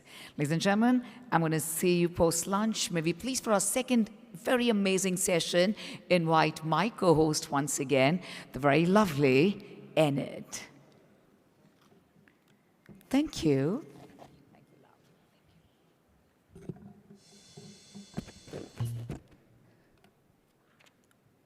Before we get on with the session number 2 for day 1, I'd like to quickly invite everybody that's in the crowd, in the audience. I'm sure all the fun was happening up here on stage and all those engaging conversations, but we don't want you to feel left out. So please make sure you look for the QR code on the little tent cards on your tables. These QR codes have been carefully curated to make sure that you feel engaged and you have the opportunity to place your questions, your comments, your feedback, your thoughts with the entire panel. So please take a moment, scan those QR codes. We live in a tech era, and therefore, in the interest of time, we decided this would be a more personal way of ensuring you get to word your question without any rush. Please make sure your Q&As are submitted into that QR code. Another housekeeping announcement, if you don't mind. I see that we struggled a little bit for time in session 1, so if we can all be respectful and mindful and make sure we're sticking to our times, I'm sure the audience, the organizing committee, and everyone in this room will hugely appreciate. Thank you. Love, often perceived as a private and a personal emotion, but history tells us a different story. From Mahatma Gandhi's philosophy of nonviolence to Martin Luther King Jr.'s unwavering commitment to civil rights, love has served as a powerful force for justice, healing, and reconciliation.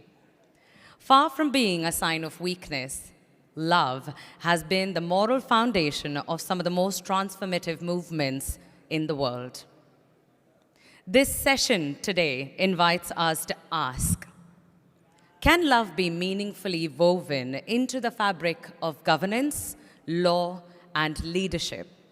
Can compassion and empathy guide systems of power without compromising strength or effectiveness? How do different spiritual traditions frame love as a catalyst for justice and for peace? Coming up on stage, we have a beautiful collection of panelists, and we're going to focus on some very powerful questions. What is the issue we are addressing? Why is the conversation essential today, now? What does leading with love really mean? How is love already present in justice, governance, and leadership? What solutions have been made available today to us, and what does love in action look like? And how can we make this shift from theory to practice? What is our call to action? Lots and lots of questions, ladies and gentlemen, and answers to be given out on this stage today. Session 2, we're going to talk about all those questions. Change makers, dream weavers, and hearts aligned with justice and hope. Welcome to a gathering where love leads the way. As we ask the bold question today and the title of our session 2 for day 1, can love guide justice, governance, and leadership? Ladies and gentlemen, I would love nothing more than to present our moderator joining us on stage. Please put your hands together for Khlubi Mboya Arnold. Miss Khlubi is celebrated as South African actress and a dedicated humanitarian, honored with a Nobel Peace Laureate pin for her nearly 2 decades of work with the United Nations World Food Programme. Her voice has echoed far beyond the stage, advocating for women's empowerment, dignity, and social transformation. Ladies and gentlemen, our moderator for today's session 2, Ms. Khlubi. I would like now to start welcoming our panelists. Please, would you join us on stage? First up, no surprises here. Could we please have Dr. Josefa Korakiwala, the chairman of Global Justice, Peace and Love, join us on stage, please? Our next panelist is a visionary educationist, redefining leadership for a sustainable and peaceful future. As the executive president of MIT World Peace University, Dr. Rahul V. Karad has embedded the timeless wisdom of science. Ladies and gentlemen, I would like to invite on stage our next panelist, Dr. Rahul Karad. Please join me in welcoming, in the lush landscapes of Ghana, where tradition and modernity intertwine, emerges a leader whose heart beats for his people. His Royal Highness, Oheneba Nana Kwame. Can we please put a big round of applause together for our final panelist?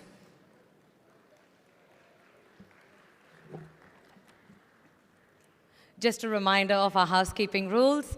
We would thoroughly enjoy if we stuck to time, and if you have any questions or need any assistance, I'm right around the corner. Over to you, Ms. Khlobi.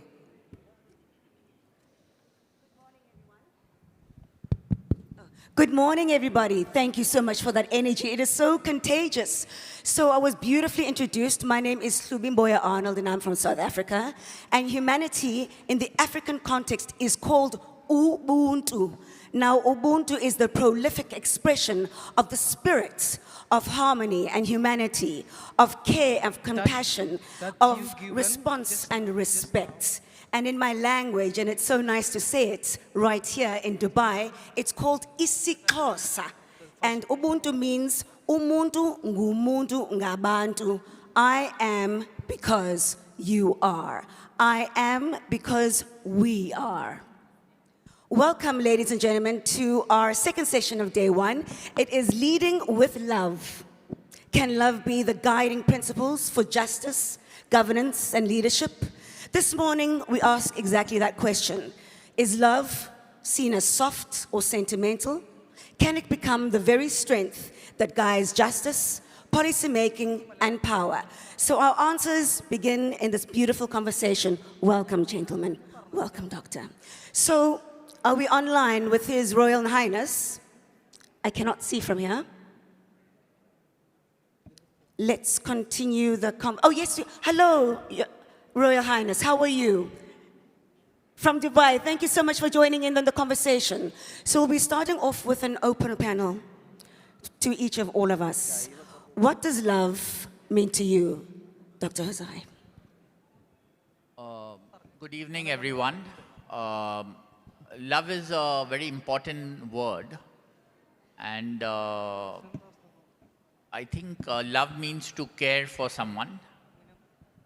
Love also means to share, care, share. Love also means to give. If you give something to somebody, it is an act of love. Love also means when you share your knowledge with somebody, that also is an act of love. Then, so love is a very broad word, and it encompasses a wide range of thoughts that we have, the words that we speak, and the actions that we do. And love starts with the thought. The thought is of compassion and caring for the entire human race, which includes the flora, fauna, and the environment. And love also means that when you hurt somebody, the opposite of love is anger. And so when you get angry and hurt somebody, you try to rectify the hurt through an act of forgiveness by saying sorry to the person. And this is an important part of love. And love is manifested in various ways and various degrees. But love, we cannot quantify love. We cannot say love is 20%, 40%. How do we say that? And also we have to respect that every person expresses the love in a different manner. Somebody cannot express in the words the love. They express it in the actions, the love. And somebody, the love remains only in the thoughts and in the mind. They are unable to express it in words and actions. And love is an action of giving. But when you want to receive the love, that is when you can start feeling hurt. So the act of love should be an act of giving. And if you're expecting something in return, it becomes a kind of a transaction. So the love should be very pure, it should be selfless. And if it doesn't expect something in return, then the act of love gets elevated. And the greatest lover in the world is the divine power that we have, the divinity above us, because he gives his grace to everybody. His Royal Highness, what does it mean to lead with love? What does that mean in your context? Joining us online, ladies and gentlemen.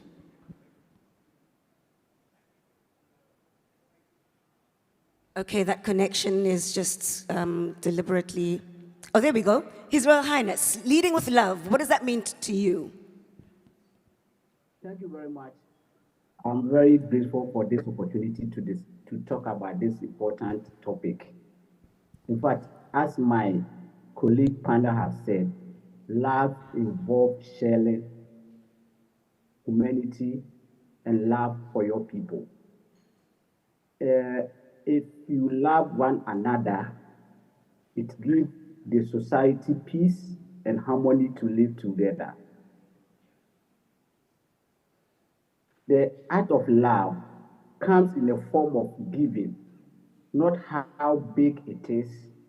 People express their love through small things, through messages, through sharing of little things to express their love. Love does not always mean to do it in a bigger form or sharing a big thing before people may know that you love them. And loving also does not need to be payback. Like you do things for people and you're expecting them to do same to you. That does not mean you love them. You love people willingly, doing things without looking at your back, that you will receive the same from them. So love is a very key word. And through love, I think the society will be peaceful for us all, for us to live. And through love, we can live in harmony for the people to also enjoy their love. Thank you. Beautiful, beautiful. Dr. Karat, leading with love. And I hand it over to you. All the respected religious leaders, Dr. Khurakiwala, great. I must compliment first of all, madam, that this, I'm not sure this is the first such initiative, but I was told that at such level for the first time, somebody from India has organized something. I want to compliment Dr. Khurakiwala for your effort. In my little background, I think is very well shared with all of you. I'm an educationist with 86,000 students studying in my university system. I really cannot express what is love at this immediately.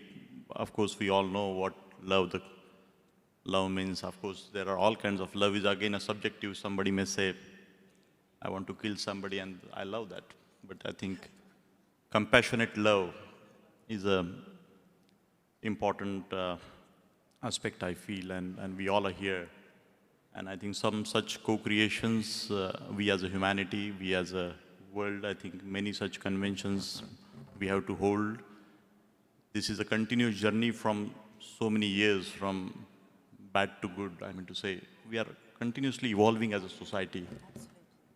And education system has played a very crucial role, we all know that, and we as a MIT World Peace University and our education system, we have developed a very unique syllabus by the name of World Peace Syllabus, which teaches about interreligious, interfaith dialogues, which teaches about compassion. Our syllabus, not just, yes, technical understanding, in the technology, the mind-boggling development, AI, so much is happening. But our beloved founder, Revered Dr. Vishwanath Karad, he firmly believes that unification of science and spirituality alone can bring peace to the world, and that love and the affectionate society, what the great Swami Vivekananda said long back. And we are experimenting one way Swamiji's vision, my dear friends. And we have created the laboratories for love and peace, and through our various methodologies and approaches, we are quite successful at our education centers, imparting, graduating those students from our system with that kind of sense for the society and to live harmoniously. Thank you. You know what? You basically answered the second open panel question, Dr. Karad, especially in your educational work and your PhD and who you deliver your educational tools to. So for the second open panel question, His Royal Highness online, as to you as well, please listen to this. And we'll start off and continuing on your answer, Dr. Karad. What do you believe is the greatest challenge in applying compassion and leadership in your work, in your education work, and especially for your students? We all know that with these developments, as I said, the technology is engaging all of us, particularly social media and the digital world. And so much is happening in and around. So in my institution, madam, we are trying to teach students now that how and what way minimalism can be adopted in your life. And when we say that the minimalism is not an easy word, I think for the better productivity for tomorrow's future of our world, I think minimalism is a mantra. That's what our institution at MIT World Peace University, we believe, Dr. Khurakiwala. And we have developed one... I wanted to ask you, what is minimalism? What is the meaning of? The minimalism is, we are teaching our student community that you have to really divide the gap between the urban and rural centers. So we have to really divide the gap between the rich and the poor. And if we have to, all over the world, the urban centers have their own power, their own authority to change this world. And the urban centers, and we call so-called little elite society, prosperous society, and little comparatively with our blessings of our family. Just give me a minute. So we have gone a little further in our journey. So understanding the societal need is such an important. Unless and until you understand the societal needs, you cannot do good for the society. And how and what way sitting in this air-conditioned room, I do not think we understand. And that is, Dr. Khurakiwala, I remember some 7, 8, 10 years back, you came to my institution. And after delivering a lecture, you 200 chocolates and candies you were distributing with some love and affection to my students there. And your body language, your every action, nothing. He stopped his car and he said, Rahul, I want to give, can I give chocolates? I said, what is it? So it was something very unusual. So I think all such actions, but at the grassroots level, the minimalism is, our country is such a huge country, particularly when I'm talking about India. 70% people live in, 60% people live in the rural sector. Rural sector, they have their own story. Our farming community, so many other elements of our society. So if any such inventions or innovations tomorrow, what we want to really develop to create order in the society, this wonderful air-conditioned system or whatever developments are happening for our betterment and peace, talk about, So it is not to show arrogance to anybody. I think it is to show, it is to experience and see that how and what way truly we pass on this benefit to those people who are not privileged as we are. So much can be said. Thank you. I love that, Dr. Karad. Minimalism, for me, what my interpretation is that we have enough. There is enough for everybody. Lessen that divide between the rich and the poor. Thank you for those words of prophecy.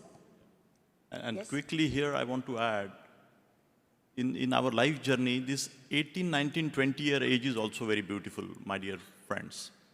And so we have developed under this Life Transformation Center one program by the name of Life Realization Program, my dear friends. Generally after 30, 35, 40, many such windows of our mind gets open and it comes through experience. So we are trying that little experiment on the student community that can we really prepone that very journey so that they know about the spirituality, they know about mind, matter. You are talking about scientific development, your physics is not well. What way you are going to contribute? The sports and the physics, such important. It is better to run behind the football than to read Gita or any religious scriptures, what was said long back by the great our Swami Vivekananda. So many such things. So life realization program is one such experiment, and which is a very successful experiment. I will request the audience here someday to come to 150 acres such campus we have developed. We are in the process, and students are going through that journey along with the 10 credit world peace syllabus also. Thank you, madam. So looking forward to further deep diving into your concept of love and what you do with these young people and your vision for the world. Crossing over to you, Your Royal Highness, are you with us? For your specific question, part of the open panel. Are you there with us? Yes, you are. Okay, this is still part of the open panel session, Your Royal Highness. And the question is, what do you believe is the greatest challenge in applying compassion in your leadership, and how you've addressed this, especially culturally, with your people in Africa? Thank you very much, Mansadi. To start with, to show compassion and love to the people sometimes makes you a little flexible on the rules, regulations, and culture of the people. Because more you show compassion and love, you have to tone down on the punishment, on the judgment of the people who go wayward, who go out of culture and norms. So that make it look like you are a weak leader or you are not strong enough as you show more love and compassion. But to deal with this, for our culture and tradition, it's made up such that the people that you take care of is your asset, that you make sure that they get all they need in life, like social amenity, the water, electricity, school for the kid to attend, hospitals, and other things. So that one should come first as you are a leader. And before the people will follow you, accept you, go with your principles and way of leadership, you should show a lot of compassion. So sometimes when people go wrong, when people go wayward, out of culture, what we do is we judge them, we give them the punishment by reducing it into the minimum level for them to offer. For instance, in my community, if say people, the youth, when they insult the elderly ones, when they insult the people in authority, there is a laid down procedure that we use to deal with them. But to punish them to the highest most, if they feel like you are not a good leader, you don't want them to come closer to you, you don't want them to participate in the community activities. So what we normally do is we make sure that we deal with them, we punish them, but we punish them in the loving manner, in the compassionate manner, so that after punishment, they will know that we didn't give them the punishment because we hate them, but we punish them because we want to collect them, for them to follow the rules, the regulations of the culture. For instance, in my case, I always put the people first because leadership is about humanity. It's about serving people. It's about teamwork, and it's about developing the life of the people. So in my case, what I normally do is I normally organize public forum to ask the youth, especially the women and children, to also voice out some of the things that they think is giving them problem, some of the things that they think the leadership are doing that make them feel like they are not part of the community, that make them feel that they are not being loved, they are not being shown compassion by the people. So when they come out with such things, we sit down, we make amendment to our rules, our culture, and our tradition to suit them so that they can also function in the community. Thank you very much. Thank you, His Royal Highness. It's so wonderful that you mentioned, and we picked that up from you last night, Dr. Huzaifa, that justice and love and peace are so intertwined. So your loving heart, do you call that a strategy? Do you call that a strength, or do you call that resistance? Love is a human quality and it is a strength, but there is a place sometimes where justice is required. And everywhere, if love is used, it can become a weakness also. Because if that was the case, the doctors would only give sweet medicine. They would not give bitter medicine. And the reason why sometimes medicine is bitter is you don't have to give love. When you want to heal somebody, you want to give a message to somebody, or when you want to do justice to somebody, it cannot be done with love. So one of the unique strengths of leadership is that love has to be matched along with a sense of authority and toughness. Otherwise, if there is only love in an organization setup, the discipline that is required will not be there. And I'm sure the people in the army and other areas realize the importance of discipline and authority.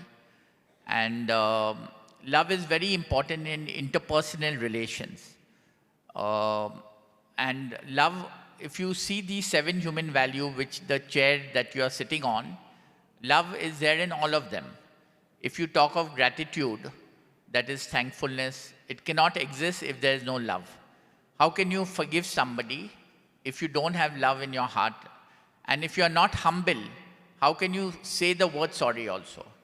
But you can be humble only if there is love with you. You can give to others if there is a foundation of love inside of you. You can be patient if there is love, and you can speak the truth with love. So love is the core of everything. And one of the things is we have a human conscience. So we have a fear of God, that we have to account for karma. Whatever wrong things that we do in actions, we have to account for it. There is a perfect accounting. God is a perfect accountant. And there is a perfect accounting for all the actions that we do, good and bad. So when you have that God is looking at you, or there is fear of God or something, then you are more careful that you don't do the wrong things. And love, actually all the love originates from God, the Almighty. And whenever we have suffering in our life, it is not due to something that somebody else has done to us or we have done. The suffering is because our negative karma has to be balanced. That is why we suffer in the world. So the only way to not unbalance the negative karma is that you do the positive karma. You do something with love. You do something helping others. You do giving others. And that way, the negativity will be less and you will have less suffering. God is merciful and He doesn't give suffering to anyone. So whenever there's suffering, we have to look at ourselves internally and we have to find how we can remove that suffering ourselves. Powerful. This session will remain powerful and impactful because what I want to do now, Dr. Karad, is combine some questions for you. Yes, yes. I would also like to appreciate Dr. Karad. He has done a wonderful work in peace education. That's why he was selected by a panel of thing that he has to come as a speaker over here. And he is giving peace education to 86,000 children. It is one of the greatest thing, MIT World Peace University in Pune. He has done great work. And Luby has done great work in peace, and she is spreading cause of many healthcare diseases. So Luby, thank you. And His Royal Highness in Ghana spreads a message of love and compassion. So I would like to thank you for coming on this panel. Thank you, Dr. Wazaifa. I want to combine some questions with you, Dr. Karat, because I think you've got such an amazing and inspirational story. And as Dr. Hazaifa just said, it's about peace education. And for young people, and especially in developing countries, those are the most powerful human resources for the future of the planet and the future for the life that we want to live and the life that we're trying to create. So, Dr. Karat, in today's divided world, academia, your specialty, PhD, has been a force for healing, specifically for you, and leadership and grounded in ethics. You said, quote unquote, education without values is like a flower without fragrance. Tell us more. I think I have expressed my mind, but again, my little expertise as an educationist lies in the methodology. And I want to appeal all this audience, all the very talented, respected delegates sitting here in this hall, that the interfaith, peace, love, all these words are such important for we as a humanity. And as I have said in my earlier conversation, that it's a continuous journey. And we want to be all the times be looked as a good.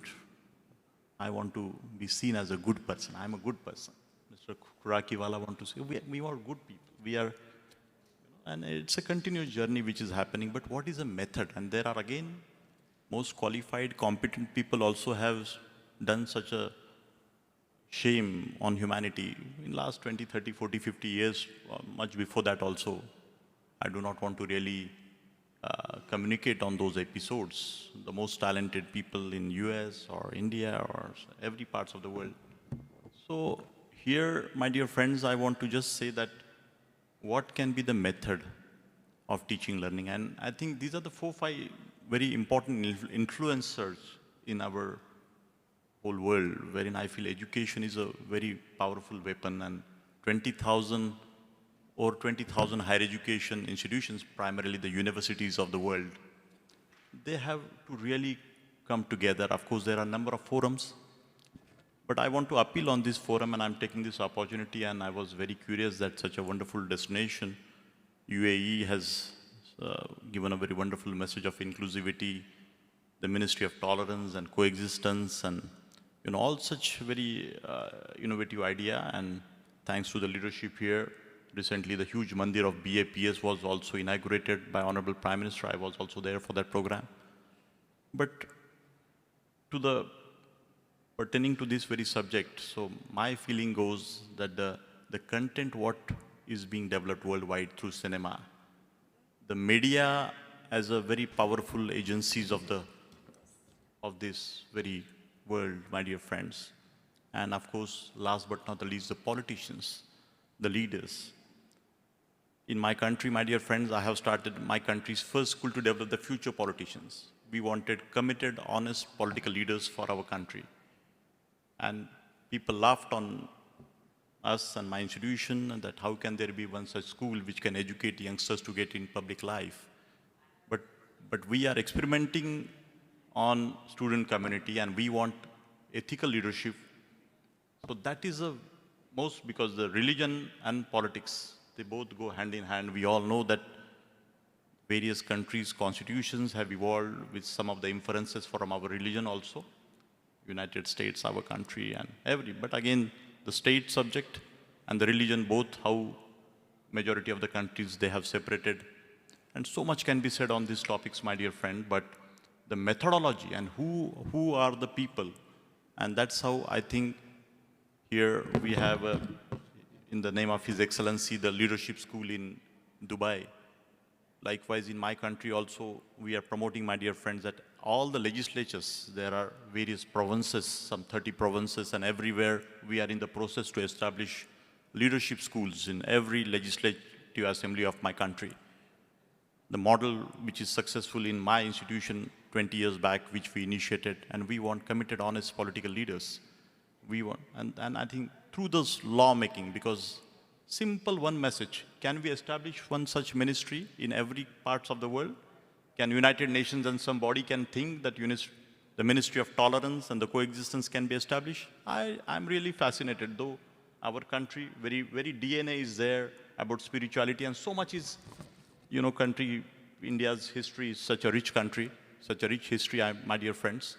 But I think one such simple message, Dr. Khurakiwala, can we establish the peace gardens all over the world? I don't know how many of you have seen in Utah, Salt Lake, there is a beautiful peace garden. Can we establish the peace gardens in all parts of the cities of the world and all the government? It is a very simple, sometime as active citizen of this world, I feel it is a very simple idea. The very simple message what this government is trying to give, yes, come, everybody. Yes, we have our faith, we have our belief, but everybody come. This is a regulation, do your business, earn money. And 200 nationalities in this beautiful nation, they are doing such a wonderful job. And everybody's earning money. Everybody now, this very conference, I'm sure, Mr. Khurakiwala, you have a thought process, why this venue is chosen. Wonderful message. So all these things really fascinate. So my request and appeal to all of you, the media, the politicians, the university system, and the social media. I think these are some of the, continuously half of us, we are on the social media. And the young minds are all the time engaged. And, the unlearning for the youngsters is again a challenge for all of us. And in the whole journey, I think so many inventions and innovations can happen through this exercise. And this effort, what Dr. Khurakiwala as an NGO, as a hospital owner, his family, and what they are doing, I think education system of the world, the best of the best institutions have to really understand. Very humbly, I'm just telling that we are not something very great, but this is very successfully the 10 credit programs, the peace education program, what we are imparting at our place, where we are teaching all the religions, my dear friends. I'm a proud Hindu. I have my own belief. Dr. Khurakiwala has his own belief. Everybody sitting has a own belief. Lokesh Muniji is sitting here from Jain religion. I think, and that's what we are teaching our student community at the age of 90, 20. Imagine 50, 60,000 students, but world is such a huge, whole country, my country has such a huge number of higher education students. China has their own student strength. America has so many number in higher education. And of course, the overall higher pre-primary education system and higher education system. Today, if we sow this seed, my dear friends, 20, 30, 40, 50 years down the line, I think so many things can happen. That is my appeal, and I'm just trying to provoke all of you to think over this, that how and what way we can spend our budgets as the leaders also on education. I feel that some 4-5% budget in my country we are spending, but can we spend more budget on education? So education is a long-term investment. So that is the whole thing I want to communicate. Thank you so much. Thank you. Yes. Oh, okay. So we'll get to that. Is that okay? We'll get to the audience. Yes. Let's go back to. Oh, would you like to? Okay, please do, Dr. Xavier. I wanted to ask you one question. What is a true love story? Anybody can stand up and give an answer to that. What is a true love story? Yes.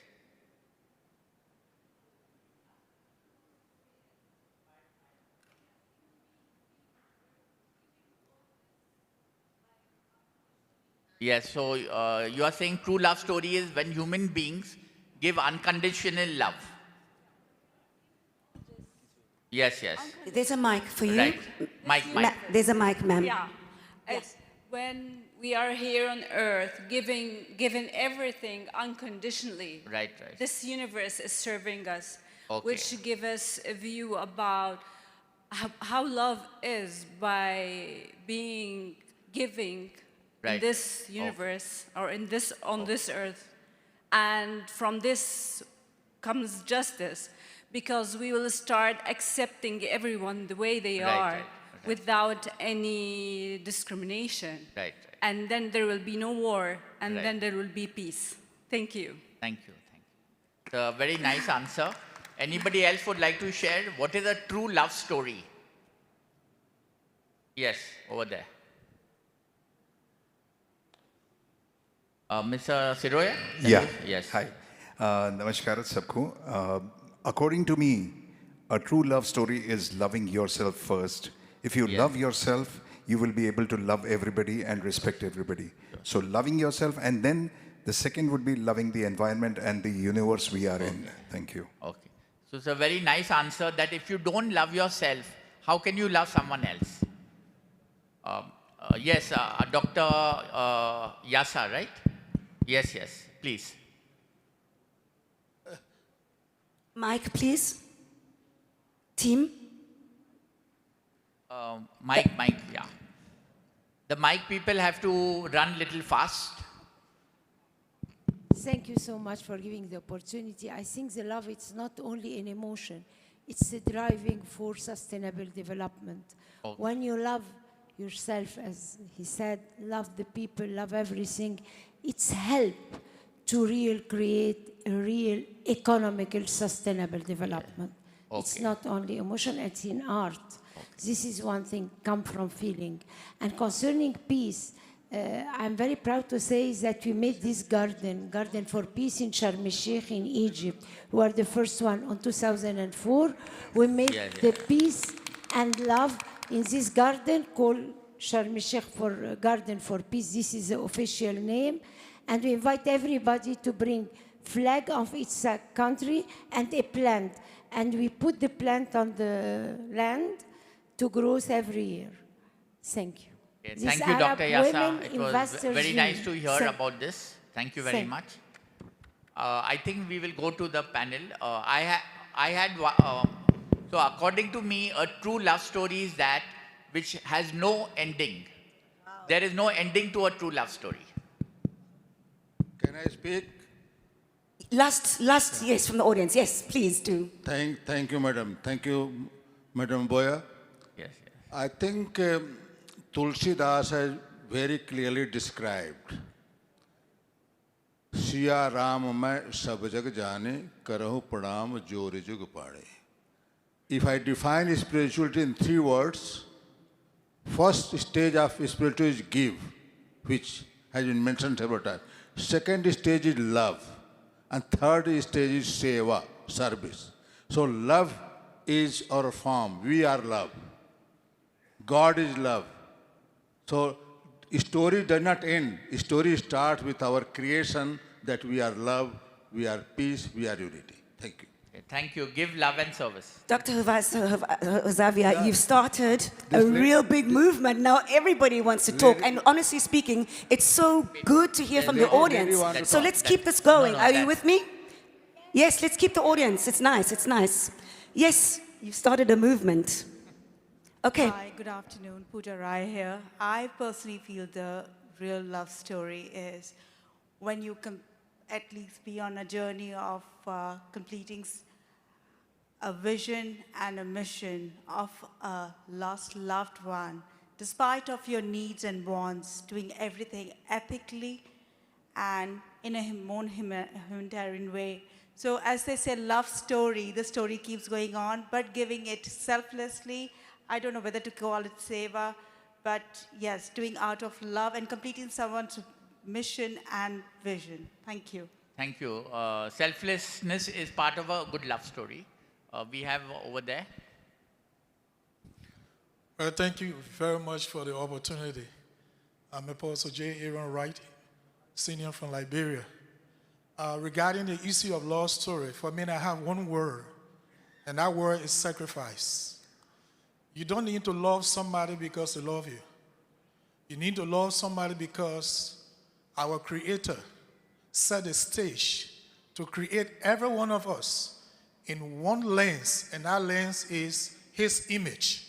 So when we see our brothers and sisters through the image of God, our Creator, regardless of your religion or your ethnic group, but let's see everyone through that image, that one image, and that image is sacrifice. Thank you. Okay, very nice. Sacrifice is a very important word.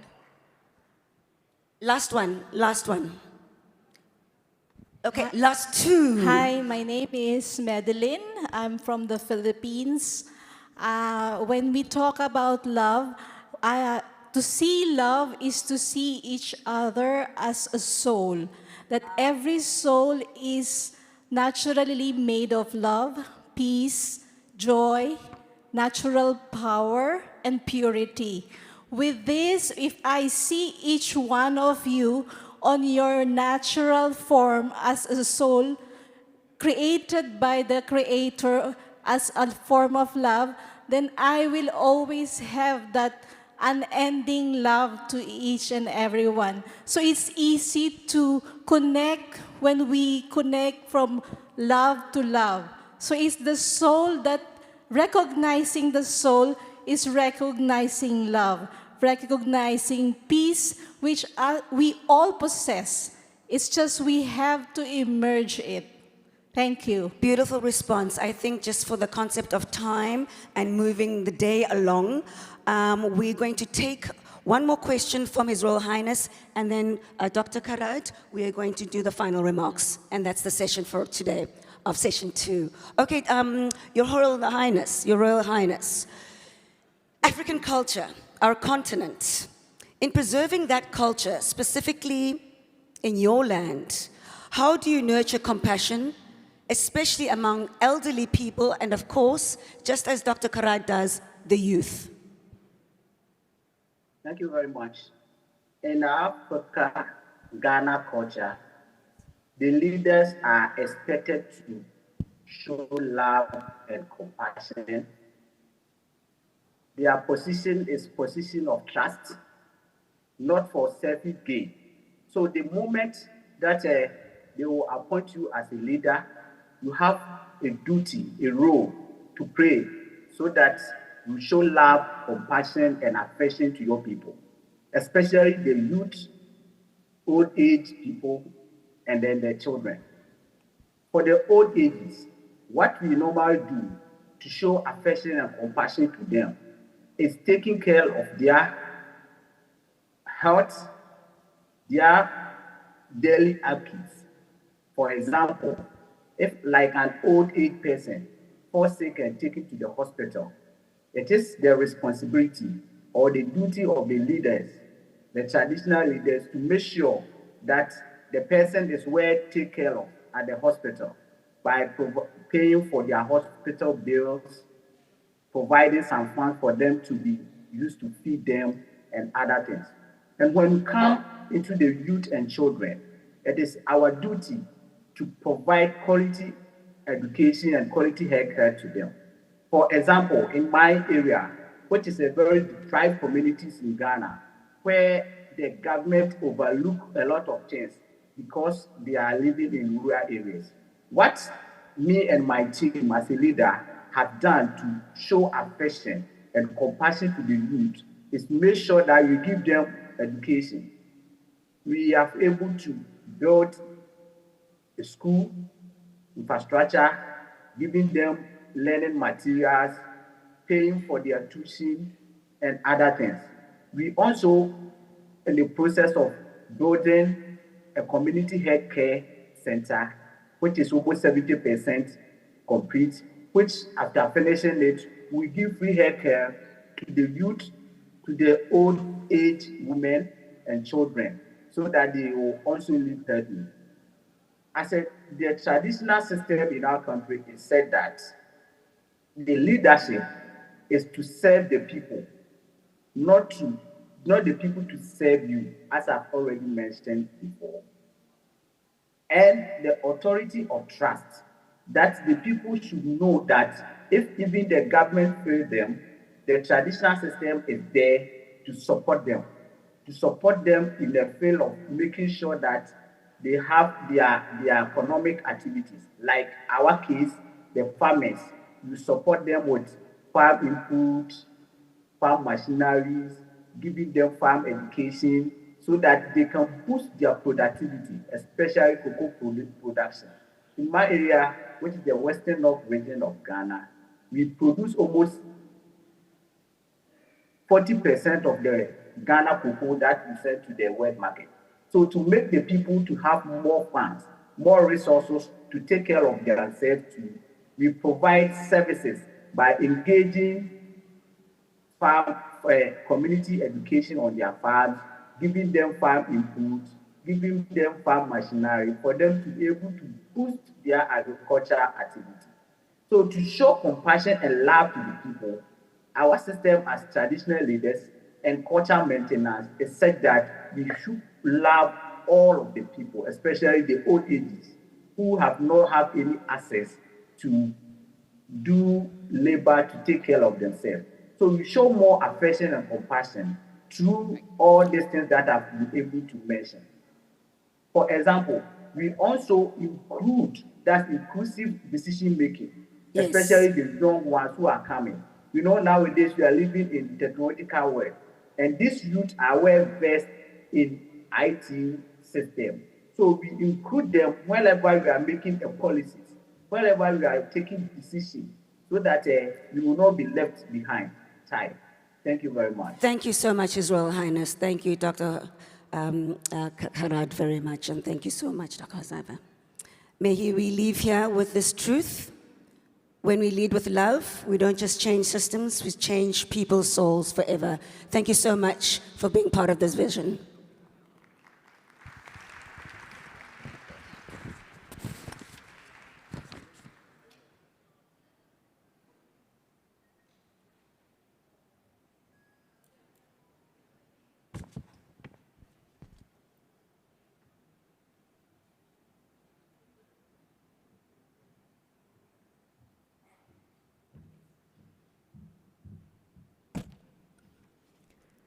Once again, a big round of applause for our panelists and, of course, our moderator.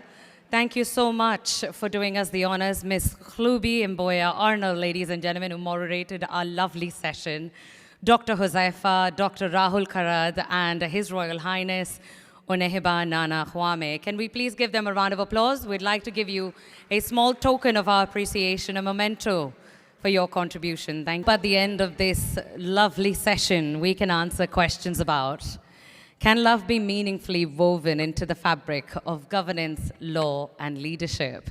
Can compassion and empathy guide systems of power without compromising strength or effectiveness? How do different spiritual traditions frame love as a catalyst for justice and for peace?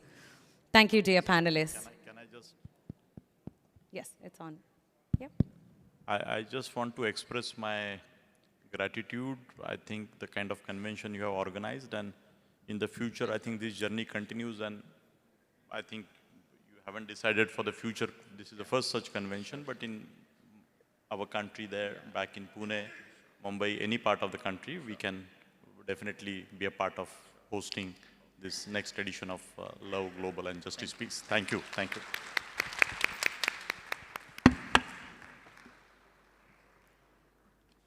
Thank you very much, Dr. Rahul. May we all please take our seats. Thank you. Now, before we move on with our agenda, I'm sure all of you are looking at it and wondering, is lunch ready? Before I let any of you break off for lunch, I want to quickly remind you of how 7 is also a very significant number for us. AV team, please assist me with displaying on screen the 7 themes of justice. What does it mean? What are the 7 themes of justice? Reward the good. Don't stand for wrong. Speak up for the truth. Do not support any ill or evil. Do not indulge in negativity. Fight for the poor. Support those who can't support themselves. Do not promote injustice. Stand against it. These are the 7 themes of justice. Now, the previous session was all about love. Let's talk about the 7 themes of love. There is the universal love, self-love, love for God, love for our country, our family, love for the truth. And of course, there's material love, which I should warn you about. The next 7 themes are about peace. Now, these are the pillars our summit is based on. What are these 7 themes of peace? Religious coexistence. Coexistence between nations, coexistence between interracial communities, peace with our people, peace with ourselves, peace with the environment, with our destiny. What a wonderful theme to be based on. With that, ladies and gentlemen, as per the agenda, I'd like to say we're keeping up with time. So thank you very much to our moderator, Ms. Klubi, for keeping us on time. Wonderful job there. I will allow for all of you to please indulge in a lunch that has been prepared for you very intentionally. Now, just a quick housekeeping instruction. Lunch is not being served in the coffee area. It is being served in the room parallel to us. So look behind you. That's the area for lunch. We break off now, but can I please make a request? I will be waiting here for you, and I'd love to see you here at sharp 2:45. I'm loud, but not loud enough, so you may not be able to hear me in the lunch area. Please come back by 2:45 so we can commence the rest of this excellent summit. Thank you, everyone, and bon appetit. I'll see you very, very soon. Thank you.